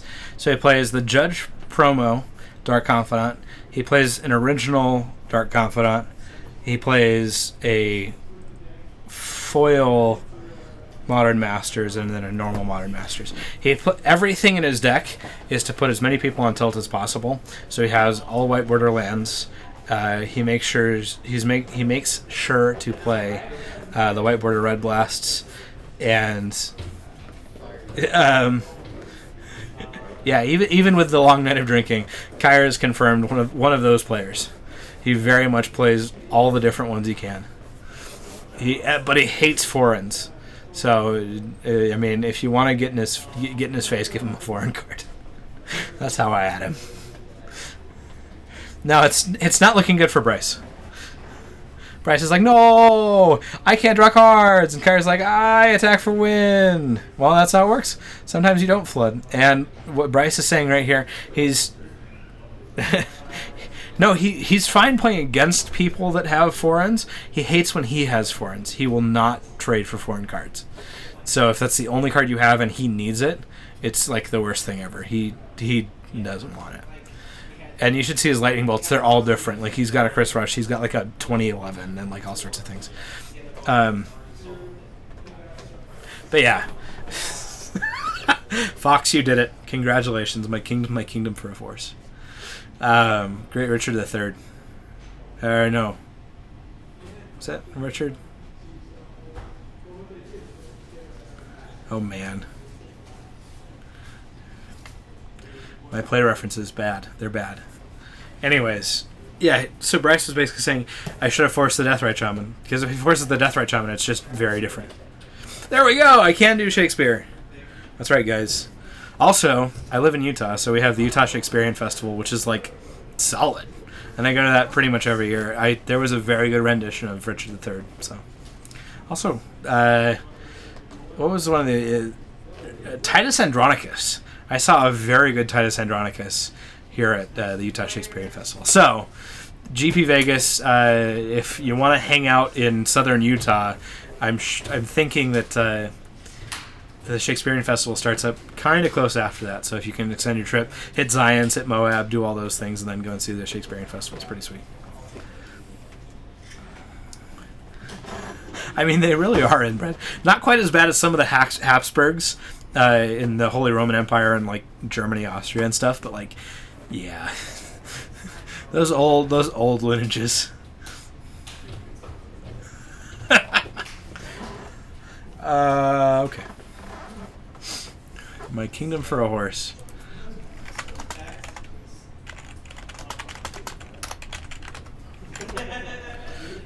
My kingdom for a force. Yep, Richard III. A horse, a horse. A force, a force. My kingdom for a force. Yep.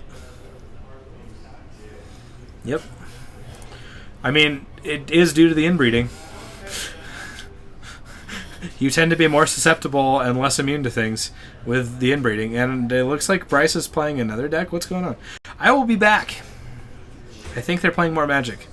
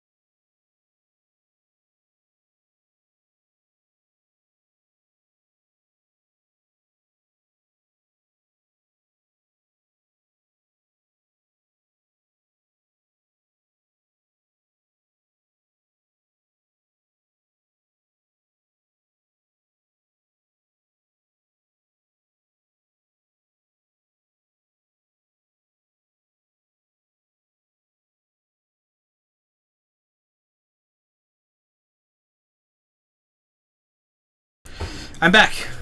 So it's going to be Jund versus Maverick, a one-game special.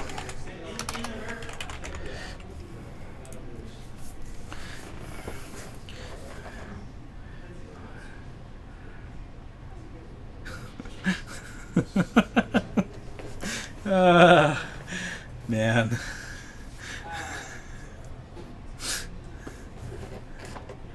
Let's see. Is Narnum a bandit?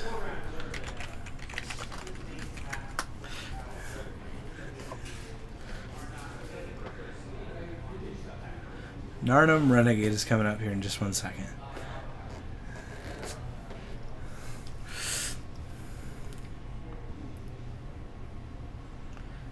More pile shovings.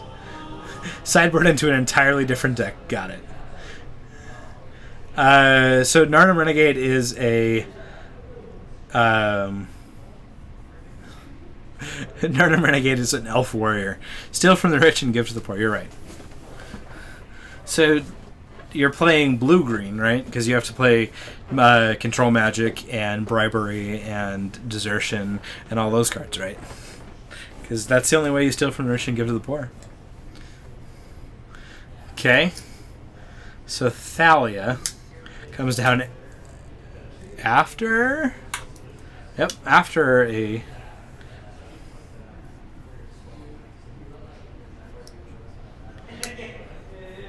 After the Liliana gets rid of a Deathrite Shaman and Raphaelis. I guess Raphaelis makes a lot of sense, yeah.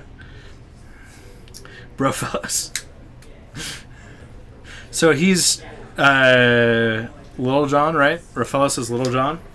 Or no, Narnum Renegade is Little John. And then Raphaelis is Robin Hood. So Kyer right now is thinking, do I Thoughtseize here and pick the card you discard? Or do I get rid of this Thalia right now? And I'm thinking that it's correct to hit Thoughtseize because you're going to pick the Knight. Friar Tuck? I don't know. What's the most friary card? I mean... Like Orzhov Pontiff, potentially. Monk Idealist, I guess that could make sense too. So we're on Bant Monk, the Bant Monk deck. How many monks are there in Magic, guys? Question for everyone: monks in Magic. The monks of Magic.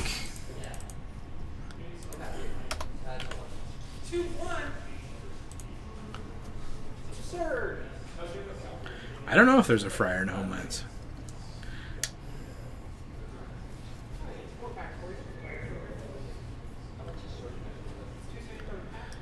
Okay.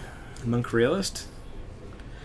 Monastery Mentor. Okay, Monastery Mentor is probably the best monk. 85 monks in Magic. There you go.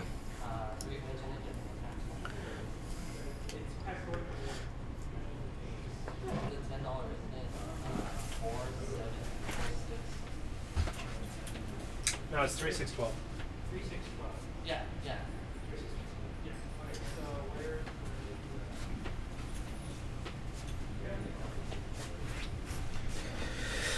Sorry, correcting things. I'm back. I swear. 14 lands. Congratulations. 100 card Singleton Legacy with Brofellos. The Brofellos Singleton Monk deck. Okay. Ooh. We're only getting one case per month right now, and we use all that until So 6 times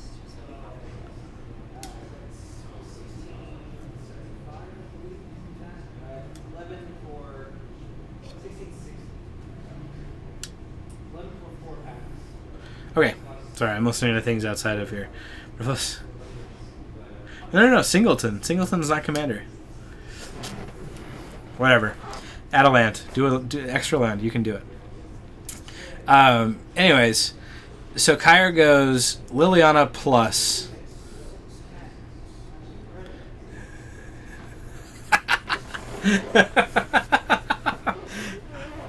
No. So you need your opponent to become the monarch.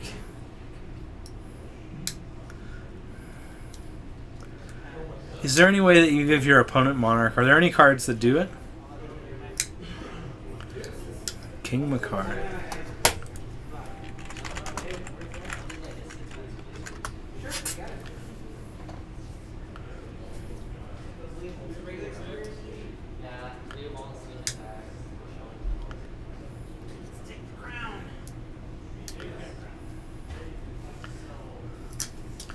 Right, because you need, yeah. Let's see. When King Makar comes when you make exile target creature, if you do, put colors.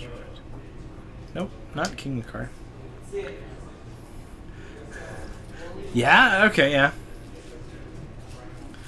Yeah. So you use Palace Jailer, give that or get rid of something, have them attack you. That makes sense. Bob Fadant. They are. They are definitely taupe colored. Those are the Legion sleeves, the new Legion ones. They look interesting. They play interesting. That's the color of the sleeves that they are. I don't know if I'm a fan of those yet. I've played with a lot of sleeves and I was so-so on them.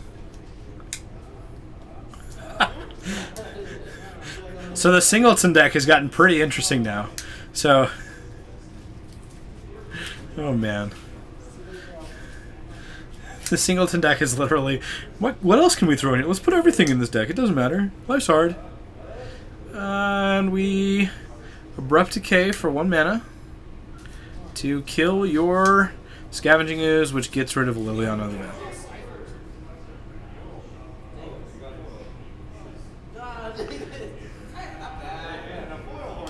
Whoa, Cascade, Reveal, Decay.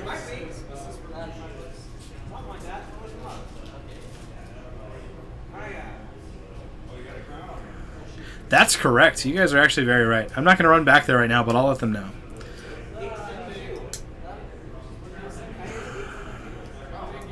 So you don't have to pay... You do have to pay the additional mana to cast the card that you cascade with. Now, we can back it up correctly, but he can't respond by using the Delver, or by using the Deathrite Shaman because it is an activated ability. You are correct there, yeah.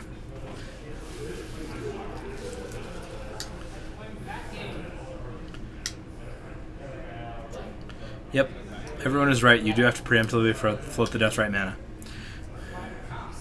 We'll assume they did it correctly, and I'll let them know that they're wrong, because this is a casual game. Green Sun Zenith for 1. Or for 0.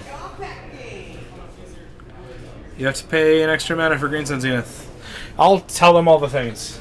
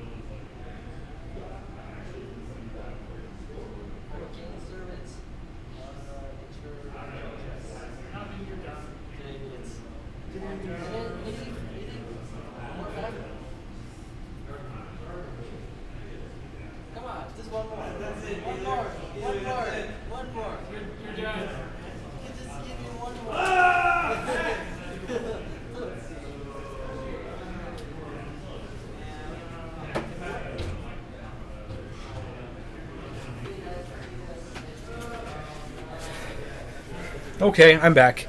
We fixed it. Everyone knows what's going on. Oh, oh. Blue? Yeah, we are playing the Blues for losers matchup. I'm not doing this to intentionally extend the stream. They just decided to keep playing matches, and I'm casting because why not? Like, my voice is starting to get a little sore, but meh, it's okay. Someone get call. Where's the good box? Oh man. Where did the good box go? I don't know. Yeah. Is it that one? Right next to Prophecy? I know he only wants one more. I would have done it. But Patrick's a hard A. He says no. What? Why am I a hard A? The stream is telling you to just give him one more. Oh, for packs? Oh, yeah, just sorry. Just one more, guys. They just wanted him to have one more. Oh, is this for sale? Yeah, why? Cool. They're for someone, though. Oh, they're for someone? They're for Bryce. I pulled them aside for Bryce. That's time of the round. Go and call it. All right. Deal. Oh, what would you save here? Show and tell an Emrakul. Yes, show and tell an Emrakul. Okay, guys, who wins from now? Who wins? Maverick needs Terminus. You're right. You're so right. Call it now, guys. Call it now. Who wins? Who wins the grudge match between? Do pay out, and I'll do this. We're getting snow and extra wind because of like all that you want to deal with. Okay. Or natural order. Honestly, out of Maverick, I have seen natural order into what's the 9/9 Terastodon? It was weird. Yeah. I'm gonna say Jund wins because of library. He just gets to draw way more cards here. I mean, he's drawing essentially 2 cards a turn, and he gets to pick the one he draws next turn. I like it. I don't think Confidant's gonna end up killing him. He's probably gonna be Toxic Deluging here and just swinging in with Goyf in just a second. Swing all out. See what you do. So it's probably going to be a Thalia blocks one of his 2 creatures, which he's fine with.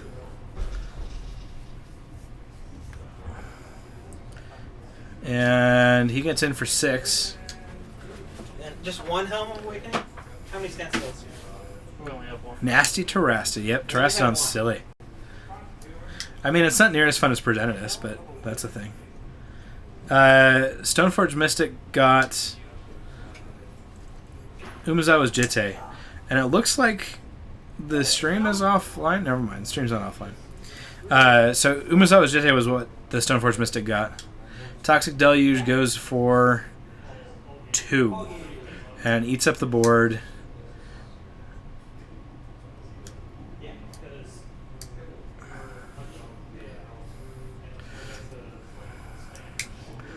Yep, Library plus Confidant is Dece. Kyer puts himself to 5 and gets Renegade Rallier. Get the Renegade Rallier! Take the Renegade Rallier.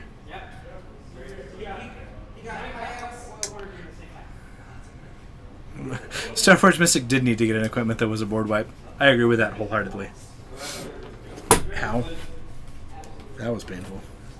Sorry, guys. I stabbed myself with my knife. I cut myself to feel alive. World Slayer would be interesting. And he takes the Renegade Rallier because he's good at magic. He plays this Argentum Armor. Oh man, it's going to be a great. I love the promo. Renegade Rallier promo is going to be great. Here's Travis, who's almost on screen. You almost got in. Now you're on screen. This is Travis. Welcome everyone. Display box? Where is this thing? Next to Prophecy. Second from the middle shelf, Prophecy. Oh, here we go. There you go. Yeah, what is that one called? But yeah, you have to have lots of transform creatures to make it worth it. It was a Tickle Me Emo reference. I cut myself to feel alive. Elbrus. Okay, fetch land, get a Plains. And a Thalia, right? Thalia, do it. Oh, a Mother of Runes. And equip the Mother of Runes. And in response, it gets dead. Punishing Fire is a card. Oh, you gain a life and go to 9, but I have a Punishing Fire in my hand. Now I Sylvan Library. Very casually Sylvan Librarying and sees 2 fetch lands and a Deathrite Shaman. And immediately puts... Does Maverick need to play Humility, though? Okay. Swing 5. You're at 4. And we win the game right here. Come on, Kyer, just win the game. And we eat your whatever spell you have in your graveyard. We eat a spell in my graveyard. It's Thoughtseize. You're at 2. And a Punishing Fire, and that's the win. Kyer wins again! Look at that. Jund versus Maverick. Who knew? Congratulations, everyone. We made it. We made it through to the end. You know you made it through. Anyways, thanks for coming, everyone. You've seen some of the things that are coming up. We've got Team Constructed on Saturday. We have every format on Friday except Vintage, Frontier, and Tiny Leaders. Every other sanctioned format.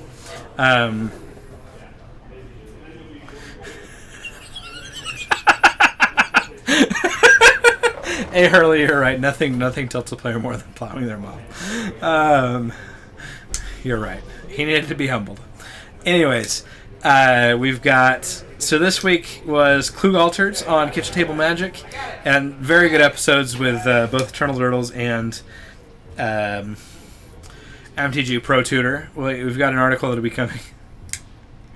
Kyer is unbowed and unblue. We've got some other great stuff. We should have that Tarmo dice. We should have more information.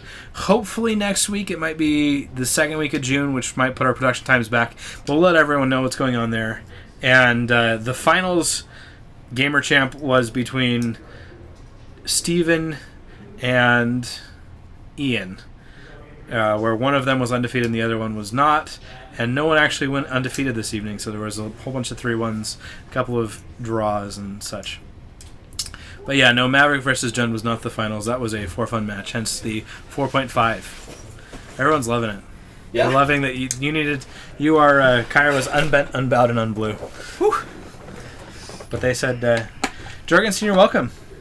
We're glad to be streaming some Paper Legacy. You know what's funny about this? Yeah. Is I just had some good wins. Yep. But whenever I play tournament, guys, I will draw so many lands you don't understand. It's the worst.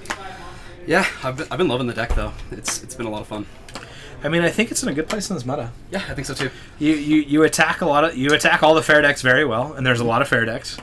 Yeah, it's troublesome matchups. Sneak Joe, that one's just terrible. It's a terrible matchup for like every fair deck. Oh, just awful. And then I have a big problem. You know, I'm actually about 50-50 with Storm from the matches I've played, just because of the efficient discard I have. Yeah. And then I can't beat Eldrazi. That's bad. They're saying that you play too many lands. You need to play Manaless Dredge. Manaless Dredge. Problem Yeah. solved. That's how it works. Like, guys, I can't flood out if I have no lands, right? I agree. Yeah. That's the best way to not flood out, certainly. I know we got Bryce and Brian now, Yep. but I stay the same. Yep. I'm still Kyer. Whoa. We're just moving things. Kyer never moves. Did you guys like my non-force of will on that Deathrat Shaman?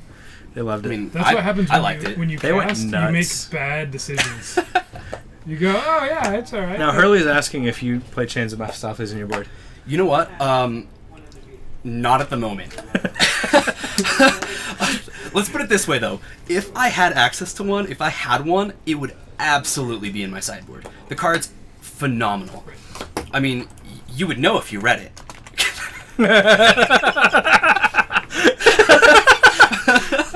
Because everyone understands that guys.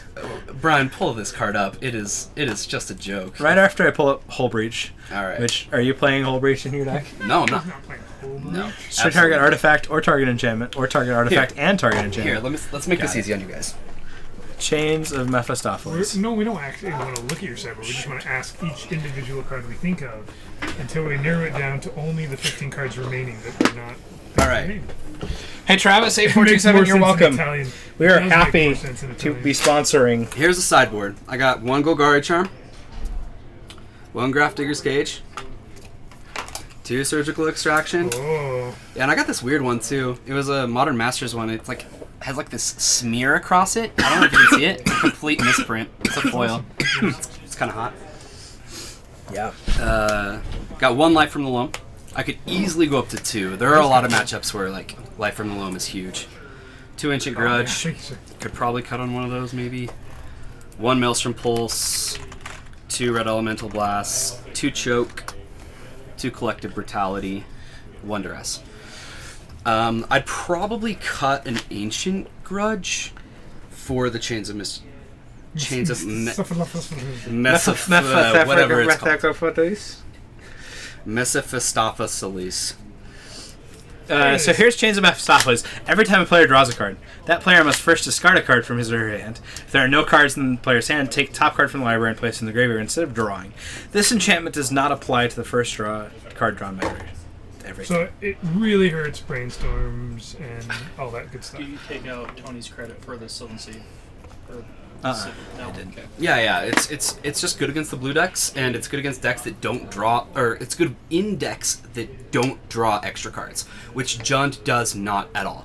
The only card that actually gets you extra cards is Dark Confidant, and it doesn't actually draw you an extra card. It's not considered a draw. The worst part about this card. The worst part about this card is it's on the reserve list. It is on the reserve list. That's the worst part about this card. They're very, very expensive. It's so frustrating. Yeah. Because it's what? That's $30-$40 card if it's not on the reserve list. Yeah, I guess so. Yeah, I think it's right now. And it's like 200. I think it's about 250. I think it's about 250. This is saying 275. 275. All right. Yeah. We're looking right at it. We're guessing. We're literally looking at it. I guess to make myself sound cooler. It's 200. Market price is right here. It was 200 3 days ago. When It's I probably like I mean, market price. lightly played is at 274. 67 cents, maybe. Yeah, You're probably right. seems about right. it looks like at near mint's right around 350. Yeah, they're pricey. I do have plans to get them. I really enjoy playing Jund, so You only need one, right? yeah. I'll have one eventually, but as of right now, it's not like the most crucial thing for the deck. Yeah, the worst part is explaining to your opponent what it does. It's like, Yeah. so when you draw more cards, you don't actually draw them; they go into the graveyard. That's just what happens. Right. What if there's... Oh, are we talking about... Change Chains. them softly. Yeah. Yep. What if there's no cards, though? Don't you, like, mill? Yeah, you Yeah. know. Yep. So no matter what, you just lose the cards. It's like Dredge, but bad. It's like bad Dredge. Yeah. Says you played against a Dredge player. I got you. Fox says, just wait a few years. They'll print Magus of the Stoplies. Oh, Well, it'd be that'd Magus of the great. Chains, right? Like Magus of the Chains. Will and Magus of the Chains. But it'd be cooler if it was Magus at the stop place. That would be way cool. Yeah, that would be sweet. You're right, though. Every cool old card, they just print a Magus of it.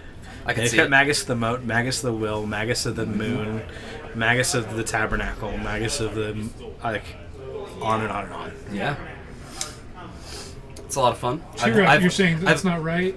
You discard before each draw, except not the first draw. You still get a draw normally each turn. And if you can't discard, you just remove that card. You just mill that card instead of drawing it. And it is all one ability, so you can't like draw the card and then cast it if it's an instant. Yeah. So. Yeah, I actually the reason I got onto this deck is because last I think it was 2 years ago. When was Seattle? When was GP Seattle? That was the end of 2014. End of 2014. Yeah, I met this guy there that was just like hung up on this deck, and he had chains in his sideboard and everything, and he's like, No, man. 2015. Sorry, 2015. Yeah, end of 2015. So 2 years. Yeah, ago.